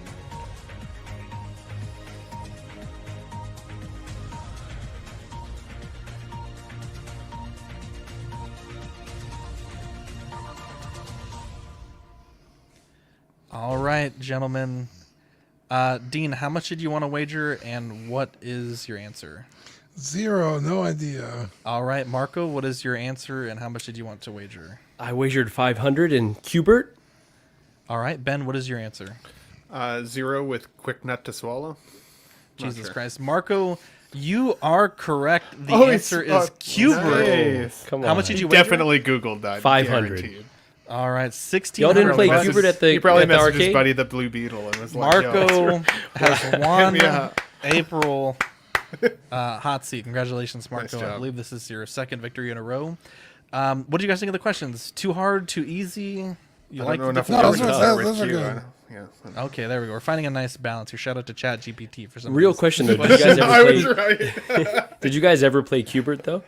I feel I've like I never only played it played a handful of times. But one of my favorite YouTubers always talks about it. The 8-bit guy. So like I'm gonna throw a little like Easter egg there. So nice. yeah, I had fun writing these questions. I want to say I had a second sports question. It was for the answer was quarterback, but I think I took it out at the last minute. I think I was like, there's too many sports ball questions. Keep those coming. and, Keep those yeah. coming. Let's wrap up here. We just got a few more things to talk about, and then we'll send you guys home for the night. Carrie Fisher will receive a Hollywood Walk of Fame star on May the 4th. This is obviously posthumously. It'll be a few feet from Mark Hamill's star and across the street from her mother, Debbie Reynolds' star. This is also, I want to say, now I read this in a few comments on a few different posts. I haven't confirmed this, but I want to say when Mark Hamill found out that she didn't have one, he offered to pay for it to be done. So don't quote me on that. I don't know that that's a thing, but it's a nice little story, and I choose to believe it. So there's that. Our movie of the week is actually the series that we're reviewing, Mando Season 3. We're kind of going to time crunch, so we'll blow through this quickly. But I want to know what you guys thought of it. I know Dean and I have discussed it on After Dark. I felt the season was all over the place. I felt like it had too many episodes that didn't relate to other episodes, and I felt like what was set up to be a big arc in the beginning, Din returning to Mandalore to cleanse himself, was done too quickly, and then the end where they're retaking Mandalore was also done too quickly. I've said this on After Dark a few times, but I really feel like Disney Plus should have an anthology show where they do things like the 2 Mando episodes in Book of Boba Fett, where they have the Dr. Pershing episode, where they have these stories that are related, but not necessarily all about the current show, and they can put all those shows in there, because I feel like they're constantly pulling time and resources to share these other stories that may pay off down the line, but I don't think that they're that relevant to, to the current program that is at hand. Overall, I think I would give it a 6 out of 10 for the season. I think looking at the other 2 seasons, I think this is by far the weakest one. There was a lot of things that were hyped up as potential, Grogu's first words, potential of, some different things, different characters. Didn't really feel like any of that really paid off. And so, I give it a bit of a low score. I guess we'll see what happens with the potential next season or the Mandoverse movie.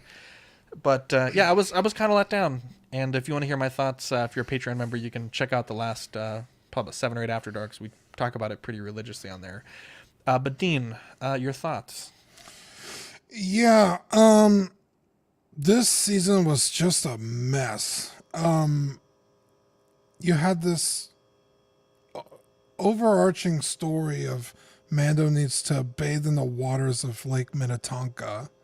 Yes. And that kind of seemed like that was going to be the driving force of the show.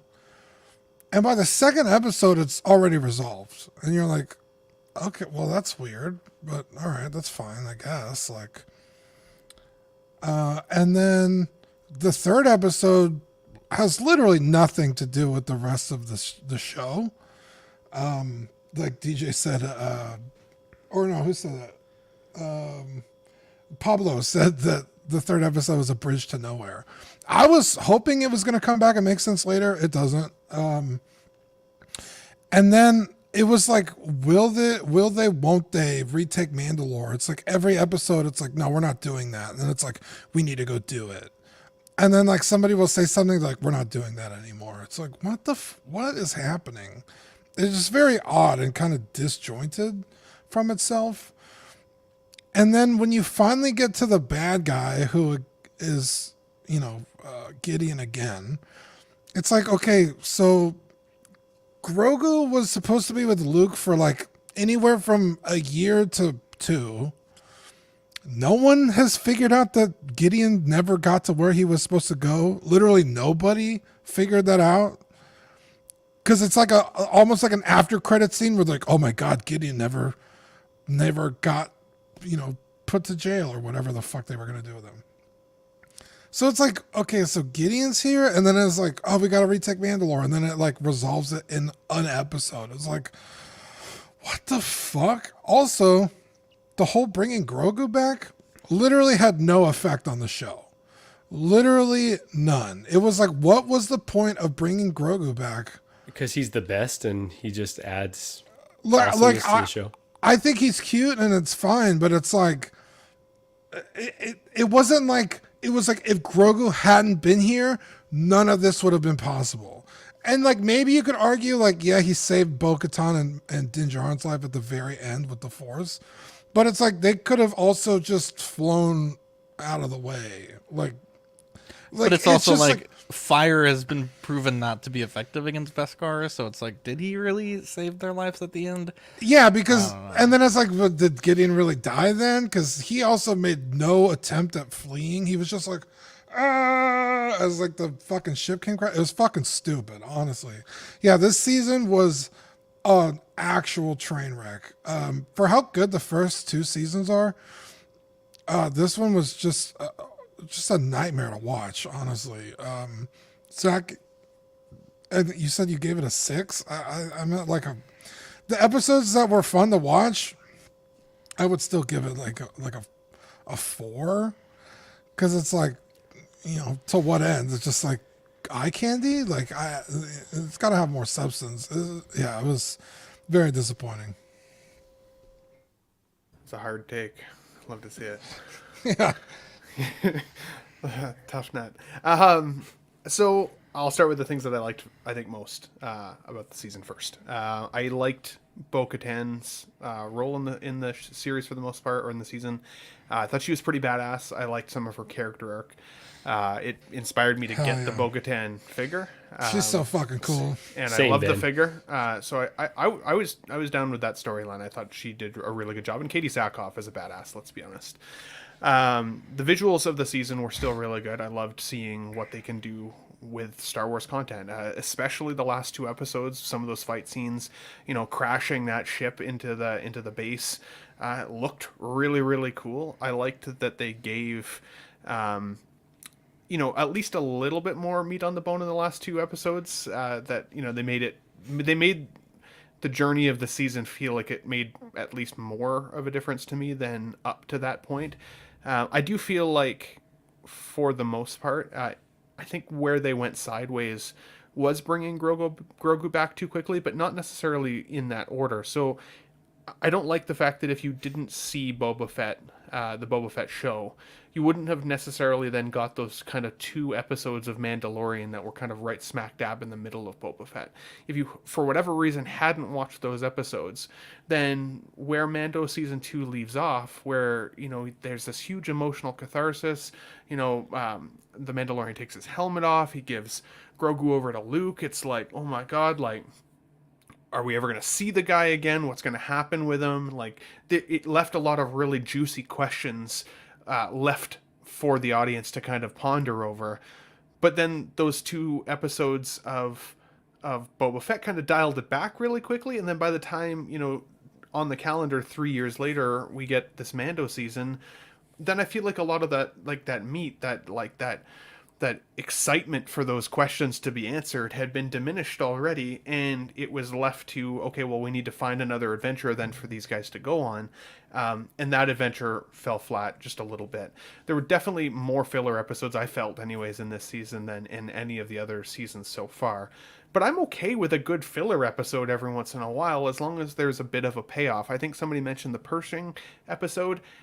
When that episode went through, I was like, okay, this is interesting. I like the tone. It felt a little bit more like what we got from Andor. I thought there was some, you know, intrigue there, and then it didn't really go anywhere. And it was like, okay, then I feel like I wasted my 30 minutes.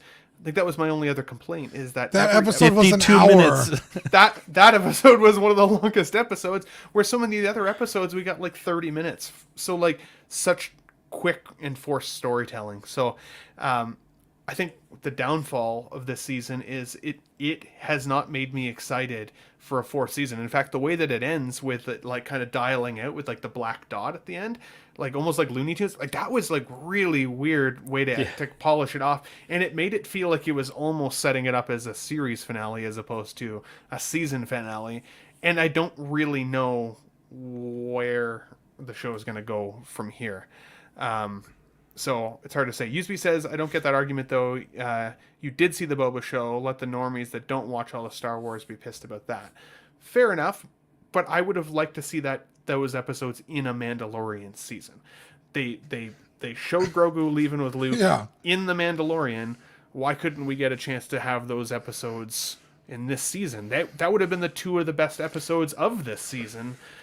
It felt disjointed from the story that Boba Fett was trying to tell, or that series. So like, 100%. It's like the Boba Fett show for 2 episodes had nothing to do with Boba Fett. Yeah, it's not a good excuse. And it made fans like Mando more than the Boba Fett in his own show, because they were more interesting episodes. Those episodes would have been better served, I think, here. I know that they wanted to do a time jump, but then when they didn't really explain how long that time jump is for, even that feels a little bit just like gimmicky. Like they're just kind of stretching the details a little bit to make the story fit, as opposed to having a clear direction for where they want the story to go. I think in the future, I'd almost rather see the Mandalorian franchise turn into a video game. If it's going to stay kind of transactional in the sense of like, here's your quest, go complete the quest, come back, we'll give you another quest, you slowly progress your character. I think it could make a really cool video game, but it's becoming less of an interesting show if they don't have a clear-cut direction for their storytelling. So for me, I would give it kind of a 5 or 6 out of 10. I wasn't bored. I still felt genuinely entertained by the show. It's just not a season that I would go back and watch. Now that I've seen it, I feel like I've seen it. And I was completely wrong in my figure predictions. I thought we'd see at least a new Mandalorian uniform, like even with like a blue stripe or like something to sell figures, and we didn't really get one.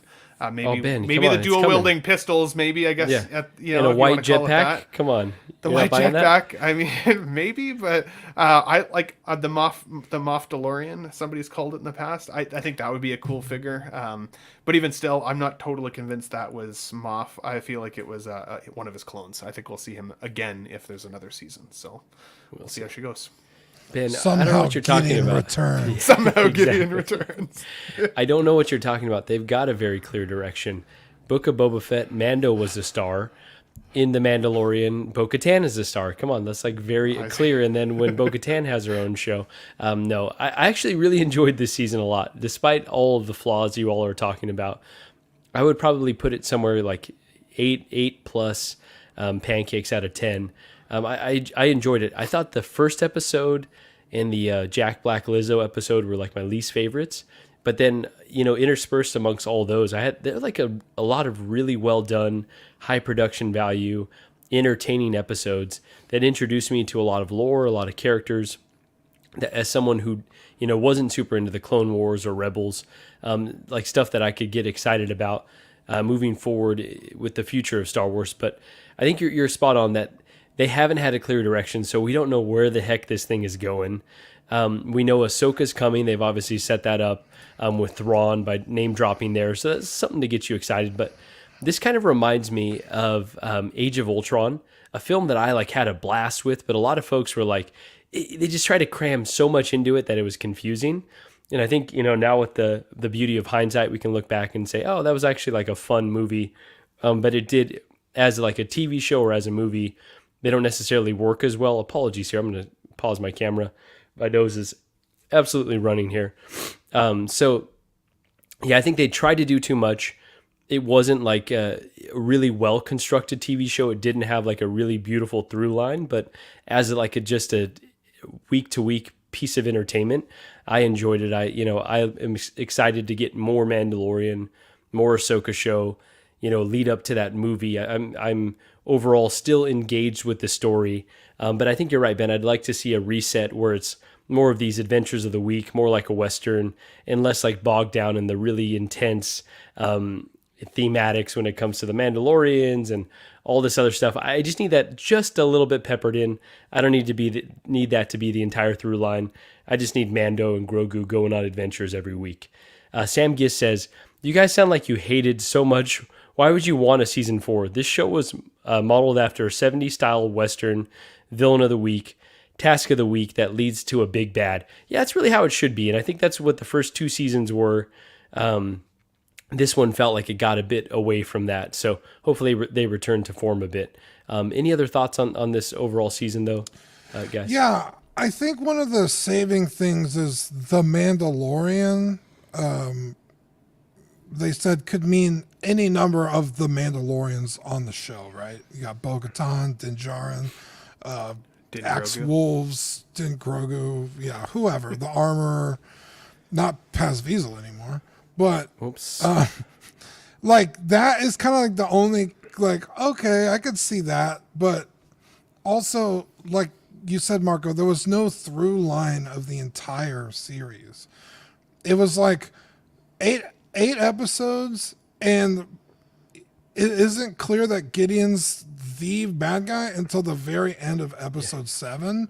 Then they come into contact with him at the end of episode 8, and then episode 9 they kill him. It's like the through line really was Bo-Katan's, redemption, and the Mandalorians kind of being saved, and then being, Noah leading them through the desert, Moses, Noah. Whoops, I'm getting my biblical references mixed up there. Go back to as a Latino, you can't that's do right. that, Whoops, bro. can't do it. Hope Griselda, hope Gigi's mom isn't watching.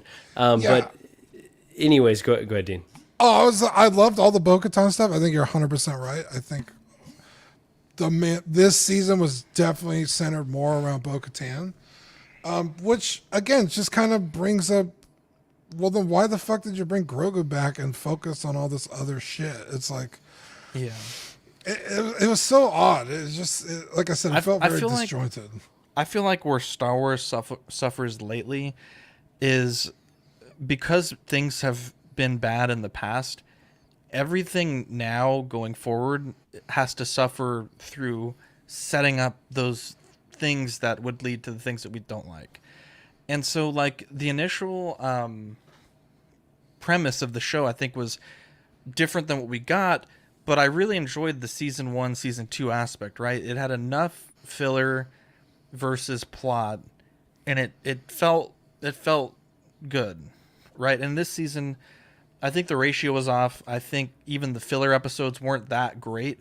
Like, I honestly think that the Ice Planet is like one of my favorite episodes. It's a filler episode, very self-contained, but it has a great plot, and it shows some character growth, and it also, does a small amount to progress the story. I think it's the perfect filler episode.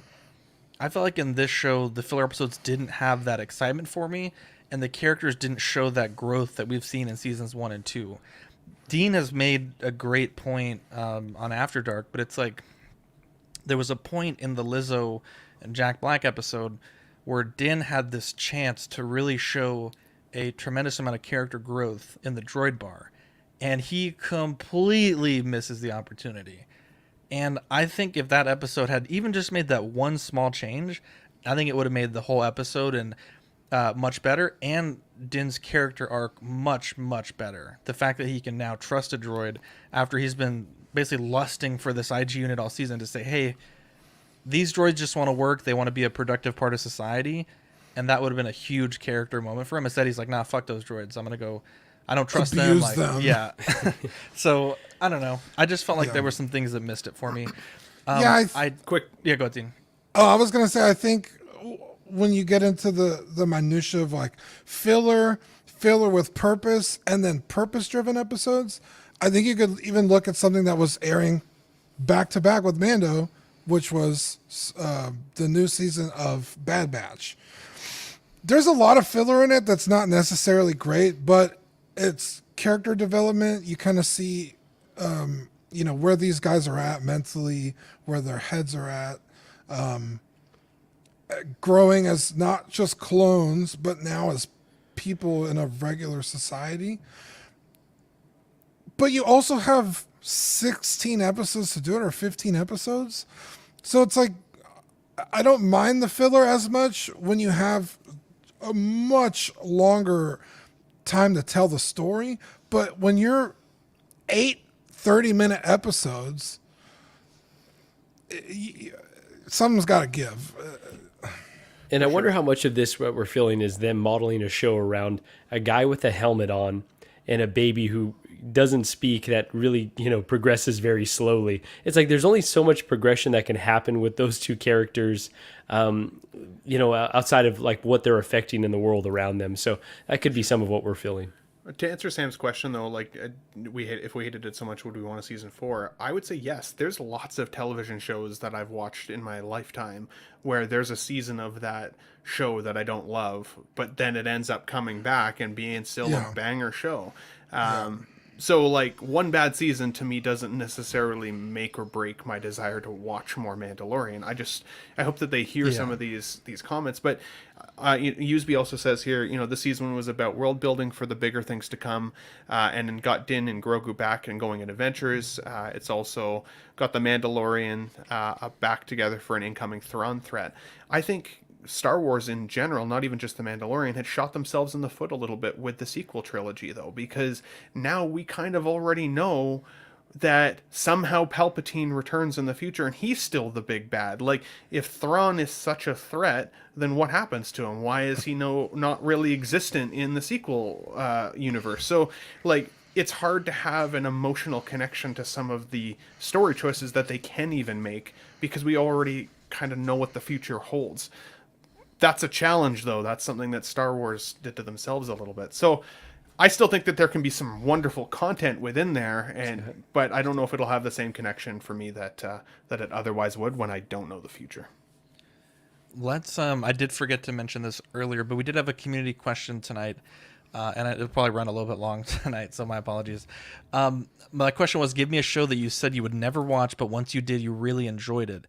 So I don't particularly like Seth MacFarlane's sense of humor. I used to watch Family Guy a little bit, but it became so incredibly repetitive and just not funny to me. And I know, like, my dad, my brothers really liked it, so it was always on, and I never really could get into it. And I want to say it was just recently, I think it was on Bob Dylan or Doc Smizzle's Facebook. I guess Galaxy Quest, the movie, is getting a TV show, and someone commented, "Isn't that the Orville?" And I was like, huh. I love Galaxy Quest, one of my favorite movies of all time. Not really, but it's a really good movie. And I was like, you know what? Disney Plus, the Orville, sure, I'll give it a go. Like, worst case, I waste an hour, 40 minutes, whatever. Bro, I can't put the show down. Every single episode has been thought-provoking. Every episode has, like, because I'm kind of watching it throughout whenever... Oh, so Jason Nelson, thanks. Look at that, Jason Nelson, what a guy. Even the episodes that aren't super great, there's a few that I didn't like. The way that I watch it, just with my own schedule, is like, I'll start it, and then I'll kind of finish it a few hours later. So usually at the halfway point of the episode, I'm like, damn, like they're in a pickle. I don't know how they're gonna get out of this one, and they do, and it makes you think. And what I like about it is not every episode has a happy ending. There's a sort of a mini arc that happens in the first. I think it's within the first 2 or 3 episodes, and there's some very thought-provoking ethics questions that are asked and answered. And it's just like, damn, that's a complex issue, and it didn't end on a positive note. But man, it's so good. It's such a good show. Yeah. I can't recommend this enough. And real quick, let me read the listener comments, and then we'll get to what shows you guys have chosen. Bob Dylan says, I usually avoid cooking theme shows, but totally binges with the family. Is It Cake? Sean Locker says, that's a fun show, dude. It is a fun show. It's pretty fun. My wife, kids, and I all watched the series and ended up costing us a huge case afterwards because we all wanted some. Ian says 2 Girls, 1 Cup, of course. Arc 7 Fordo says Fordo, but for real, Severance on Apple TV was a show I never would have gotten into if it wasn't for my dad, and I'm so glad he introduced me to the show. Absolute Adam Scott banger. Is such a national treasure, and he does a great job leading the stellar cast. Definitely check this series out on Apple TV. And then Seamus says, my wife got me to the drama love shows Love is Blind and Too Hot to Handle. Fern says Supernatural, started watching it halfway through the series. It quickly became one of my all-time favorite shows. He also says Grey's Anatomy 2. Jeffrey says One Piece because the episode count was 1,000 plus. After a year, I'm on episode 905. Fantastic. Zach says, I've loved the Orville since it premiered when Star Trek was in the toilet. That was a beacon of hope. And I think this is Buck here. He says, Kuroko no Basket. First time I really watched a sports anime. Quite the experience. Now, I will say a lot of people have asked me to watch The Next Generation. Yes, that's what I was going to say. That's the one with Picard is the captain, right? Yeah. Okay, so I've seen, I want to say, half the first season, and the pacing was a bit slow for me, and I fucking hated the judge guy. We've talked about him before. I could not stand that character. And then also it got removed from Netflix, so I've been meaning to go back to it because I think there's like 5 or 6 seasons of it. So I will finish that series when I can. Because kind of like what you said with that emotional roller coaster a little bit. Not every episode ends on a good note, and there's a lot of episodes where it's like, damn, I really that enjoyed made me that show. think. The only thing that I don't want, like, so I started watching X-Files and I loved it, but I couldn't watch it anymore because I was watching it on Freevee, and every like 6 minutes there's a minute to 3 minute long commercial, and it was an HIV/AIDS commercial, which there's nothing wrong with that, but to watch the same commercial every 6 minutes for a 45 to an hour long episode, and you're watching like 100 episodes, that shit gets old quick. And I could probably memorize the whole commercial by now, and it just plays in my head. The so juice I ain't had to worth give the up on that. squeeze. Yeah, the juice ain't worth the squeeze. So Dean, tell me, what is your show? Yeah, I have a couple that come to mind. One of them was Game of Thrones. I was like, everyone's hyping this show. I don't know. So I didn't watch it for like, I think right before season 7 came out. And my buddy finally talked me into it, and I binged 6 seasons in like a week. It was fucking brutal. Amazing show. But also, Zach, I don't know if you remember this, One Punch Man. Oh, yeah. You showed I never me a watched the clip second of it. season. I couldn't get into the second season, but I was just like, I'm not watching this. And you showed me a clip, and I was like, oh, that's actually hilarious. You were like, have you never seen the show? And I was like, no, it just never caught my attention. And you were like, bro, you have to watch it because it's fucking hilarious. And it was, and I loved every second of season 1. It was so good. And then currently, right now, My Hero Academia. I was like, it's just a shonen. I'm not going to, I'll skip it. And my cousin was like, bro, you have to watch. He's like, season 3? Once season 3 hits, it's just nonstop. And he's right. It's amazing. So, yeah, those are just a couple. It's usually anime. For sure. For me, I had a couple as well. I'll do be quick. Boardwalk Empire was one that I got onto and I really enjoyed, as well as Peaky Blinders. That was a show. Oh my god! Yes. Everybody was telling me how good it was, and I waited for forever to watch it, and then really enjoyed that. I could not get into it. I tried about like 3 months ago. I really enjoyed it. So got through it all. I couldn't get into the last season, or maybe it's the 4th season. I think it's the last one, the one that's on Netflix. I watched the opening scene, the first like 15 minutes, like 4 times, and I was like, the last scene was such a roller coaster. Like, I don't know if I can mentally go through it all again. Mm-hmm. I need to finish it though. Tommy Shelby's a fucking banger character. I'm super upset that the 1/6 figure of him is so expensive. Even Brain was like $400. I know. And then Trailer Park Boys. I used to really not love Trailer Park Dude, Boys. And Ben, 100%. For years, I was like, what is this Garbo show that keeps showing up on Netflix? Because it would always show up on the homepage. Yeah. One day I finally watched it, and I literally watched whole show. I think it was only like 4 or 5 seasons at the time. In a week. It's so good. Good. Zach Rainer was always like, dude, you got to watch Trailer Park Boys. I'm like, it's not my thing. He's like, dude, you have to. And then you guys talked me into it, and I was like, it's fucking brilliant. This show. The more you get to know the characters, it just becomes funnier and funnier the more you watch it. Yes. Shauna watches that show on repeat. Like, she'll be cooking, and she just has it on repeat in the background. So it's become part of our daily life. And then one last one is the cartoon Bob's Burgers. That was a show I had a bit of a hard time initially getting into, and now it's one of my favorite shows on TV. I love that show. So definitely worth the watch. Dang, yeah. Funny enough, Gigi loves Bob's Burgers. I'm not a big animation guy, and so I was like, I don't know, it's not necessarily for me. Yeah, it's a great show. Pretty damn hilarious. The movie is really good too. Oh, we still need to watch the movie actually. It's actually really good. Yeah. So 2 shows. I was like, these are too stupid for me to get into, but Dave on FX. It's a show about Little Dicky. Incredibly well done. Like, just a hilarious, artful, thoughtful show. If you haven't seen it, it's weird though. So if you like weird stuff. You could be really into Dave this. is fucking awesome, dude. Oh my god, Dave's so good. The new season, so good. Also, Workaholics was one that my friends were all about, and I saw like a part of an episode. I was like, I don't know, one of my all-time favorite shows. Yeah, Workaholics and Broad City. Oh, Broad City as well, actually. Broad City is the female equivalent of Workaholics. It's so fucking good, dude. I was like, nah, this show looks fucking stupid. And I don't even know why I started watching it. And I was like, this is brilliant. This show is so good. Broad City, incredible. Broad City, yeah. I think we watched one episode. I was like, that wasn't funny at all to me. After that, got so freaking good. Ben, Parks and Rec, you're right. All-time banger. All time. Pablo Meza said Yellowstone, 100%. I fucking I still haven't watched all of it in like one sitting. Interesting. Incredible. I haven't seen the new season yet, but that show's insanely good.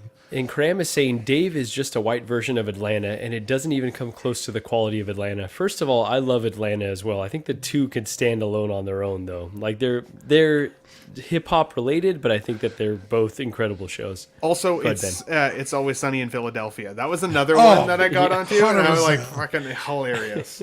For me, also Breaking Bad. I waited till it was over. I want to watch, and I watched all of it. Incredible. And like all the hype that show gets, 100% deserved. That show's incredible. I will say, I think Better Call Saul might be just as good, if not better, to me. Wow. Like, it's I like damn Breaking good. Bad, but I haven't seen it. Better Call Saul. Damn good. You know what's damn good, Dean? Our Patreon members. Yeah, our sweet 3 beautiful pillars made up of the angels. Here are their names. Ian Seavey, Renee Mendez, Eric Mariscal, Quinn Aguirre, King Louis, Mark Pearson, Paul Schreiber, Equan, Chris Valencerina, Ben Thomas, Chris Letty, David Jones, Sam Giss, Daminator, Joao Bretta, Thomas Clark, Eric Switzer, Six Guns Figs, Badfish, Toy Cartel, Sweet Danny Lee, Deanie Martin, Stephen Krapp, Big Ol' Fern, Caesar Mariquin, Mark Phillips, Lisa Martin Bomansky, Rick DeGregorio, The Everyday Collector, Ricardo Valdez, Jose CZ, Erwin Azucena, The Illustrious Rainer, Alan Morgan, Tukathri Wa, Derek B., Arias Portillo, Mark Randolph, Alvin J., Jazz Carroll, Joe Ridley, Pablo Meza, D-Rock, Matt Clevenger, Seth Tucker, CC3PO, Scott Smith, Dalmaton, Jimmy James, Stephen Percha, Sean Usby, Scott Bradley, Steve and Maria Stanley, Eddie Manzanares, Louis Bennett, Chip Perrin, Jimmy Hernandez, Gigi the Judgmental, and Brenton Palmer. What a guy. Bunch of angels. Isn't it his birthday today? It is his birthday. Happy birthday, Brenton. Happy birthday, Brenton. Happy birthday, Brenton. 54 never looked so good, Brenton. You'd love to see it. Speaking of great people, just Bob Dylan, an angel, gifted 5 channel memberships. So congrats to DJ, Toy Cartel, Equan, Slifer, and Dante's Boneyard for your gifted memberships. And shout out to Bob Dylan. I know he's been doing that a bit on our channel, and we appreciate the support, brother. What a legend. Angel. Definitely a nice thing. Now, for May/June, for the Patreon members, the benefits are the Question of the Week sticker and the Spooderverse sticker sheet. So all of these Spooderman and the logo, you can take them off this beautiful background done by Dean the Dream Martin, and it's a pretty nice size sticker sheet, so very collectible here. One of the best products that we've made, frankly. For Patreon, we have the hot seat at $5 a month. You get the digital benefits and access to like 150 episodes of Ox After Dark replay. The Sweet Angel tier, you get the stickers sent straight to your door and access to all the other benefits for $7.50. Certified Crispy for $15. The Figure Fix assistance and all the benefits of the previous tier. We also have the What a Guy. $25 a month gets you the Pog Deluxe set on your first pledge, and you get 2 copies of all the sticker products that we send. So big shout out to those that support us on Patreon. Drop the link there if you guys want to join. But every dollar we do try to put back into the show. Patreon, we do also have memberships, which is what Bob Dylan just gave out. Memberships start at 99 cents if you're a Patreon member, or $2.99 if you are not. You can join the Peanut Gallery. You get access to loyalty badges and custom emojis. I want to say we're adding 3 or 4 emojis very soon, so stay tuned for that.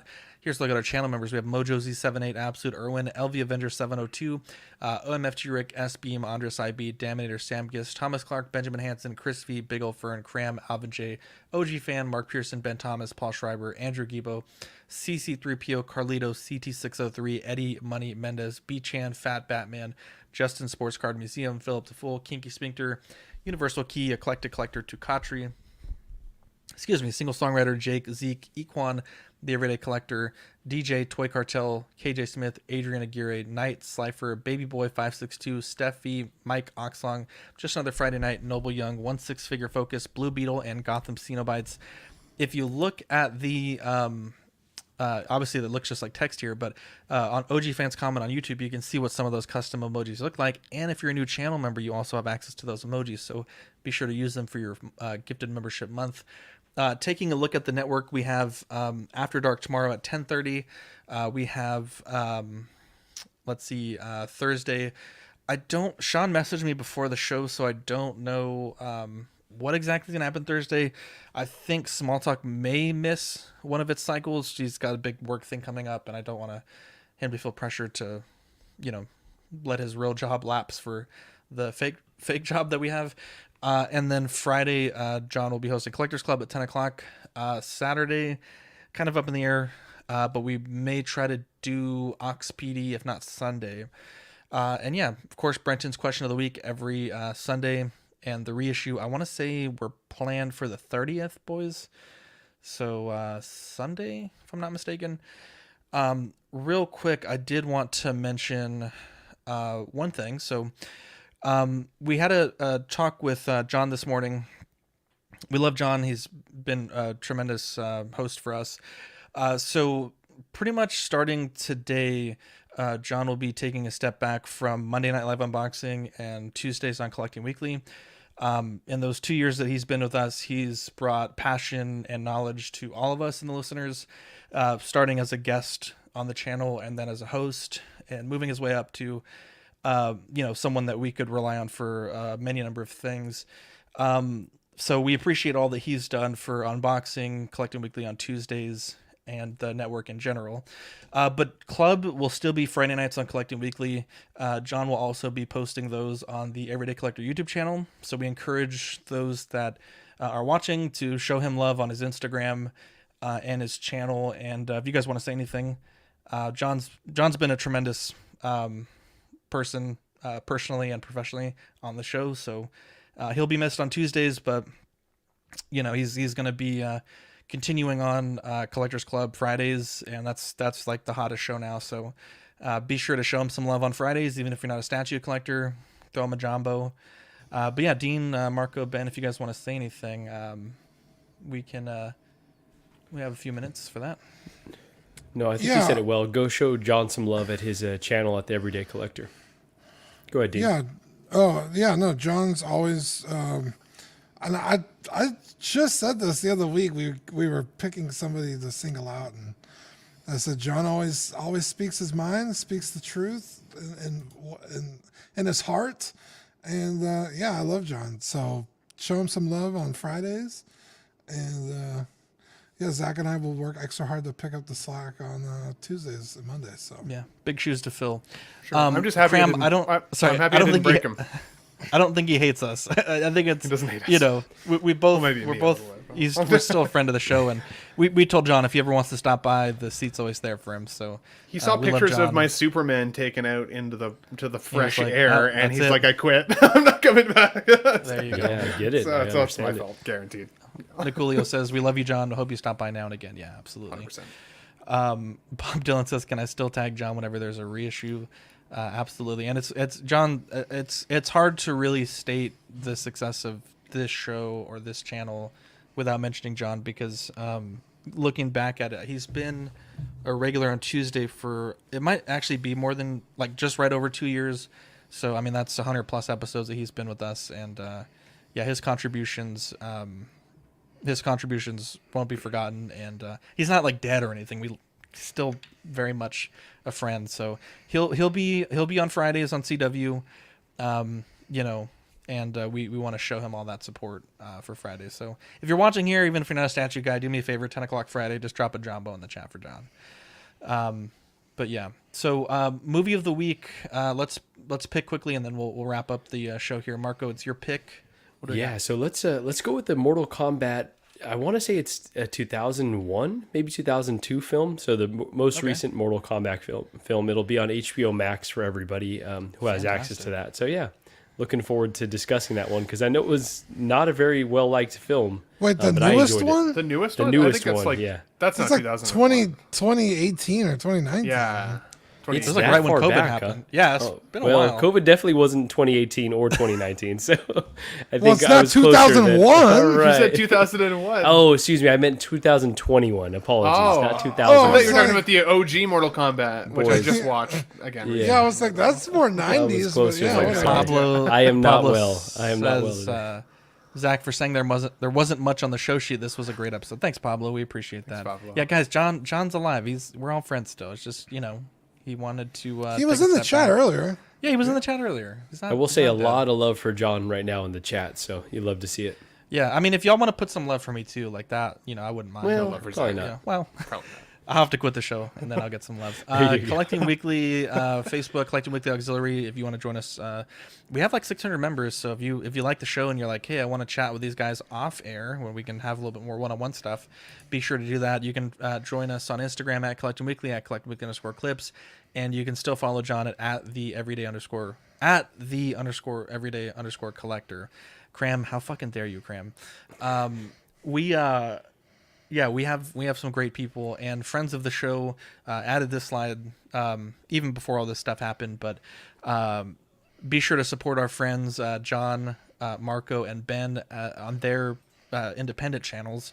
I believe John is posting the Jeopardy that he does on Fridays as its own video, and then the current episodes of Clubs is also being posted on his channel. And then Marco does a lot of really fun stuff with LWO. All kinds of different things there, and then Ben is just always killing it. Marco, I think, is he's kind of hit or miss, but Middling. yeah, middling. There you go. So be sure to show support to the friends of the network. They're all wonderful, beautiful people. But yeah, do you guys have any shout outs that you want to give? Sam, no breaking hearts here, my friend. Michael and Nick Mann, one last time. Hey. Jumbo, baby. Let us know if you got the package that I sent you. Yeah, I don't know who we sent it to. It was one of them. Michael or Nick, so be on the lookout.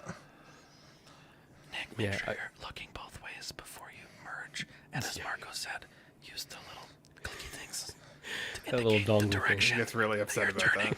Bro, he's going to be like, what's wrong with my audio? And look down. Oh my Cause a huge crash. I don't know if I hate or love Zach whispering like that. I gotta listen back to this. Hey, We need a little whisper. How dare sound. you? How dare you? I have a Undoubtedly. beautiful whisper. I have a beautiful whisper. It was actually, it did something to me. I don't Makes know the if it was hearts negative patter. or positive. That's right. I will give a quick shout out to the sweet angel Danny Lee. Going to have lunch with him tomorrow. Gigi and I are. So it's What a just guy. yeah. What a It's guy. just funny that when I jumped on here, didn't expect to make friends like we have, and so it's just an awesome community. So shout out to Danny and the rest of the community. Cool. Michael Mann says it has not shown up yet. Okay. And shout out to John for hooking me up with my with one of my biggest grails of all time. I would say for sure. There you go.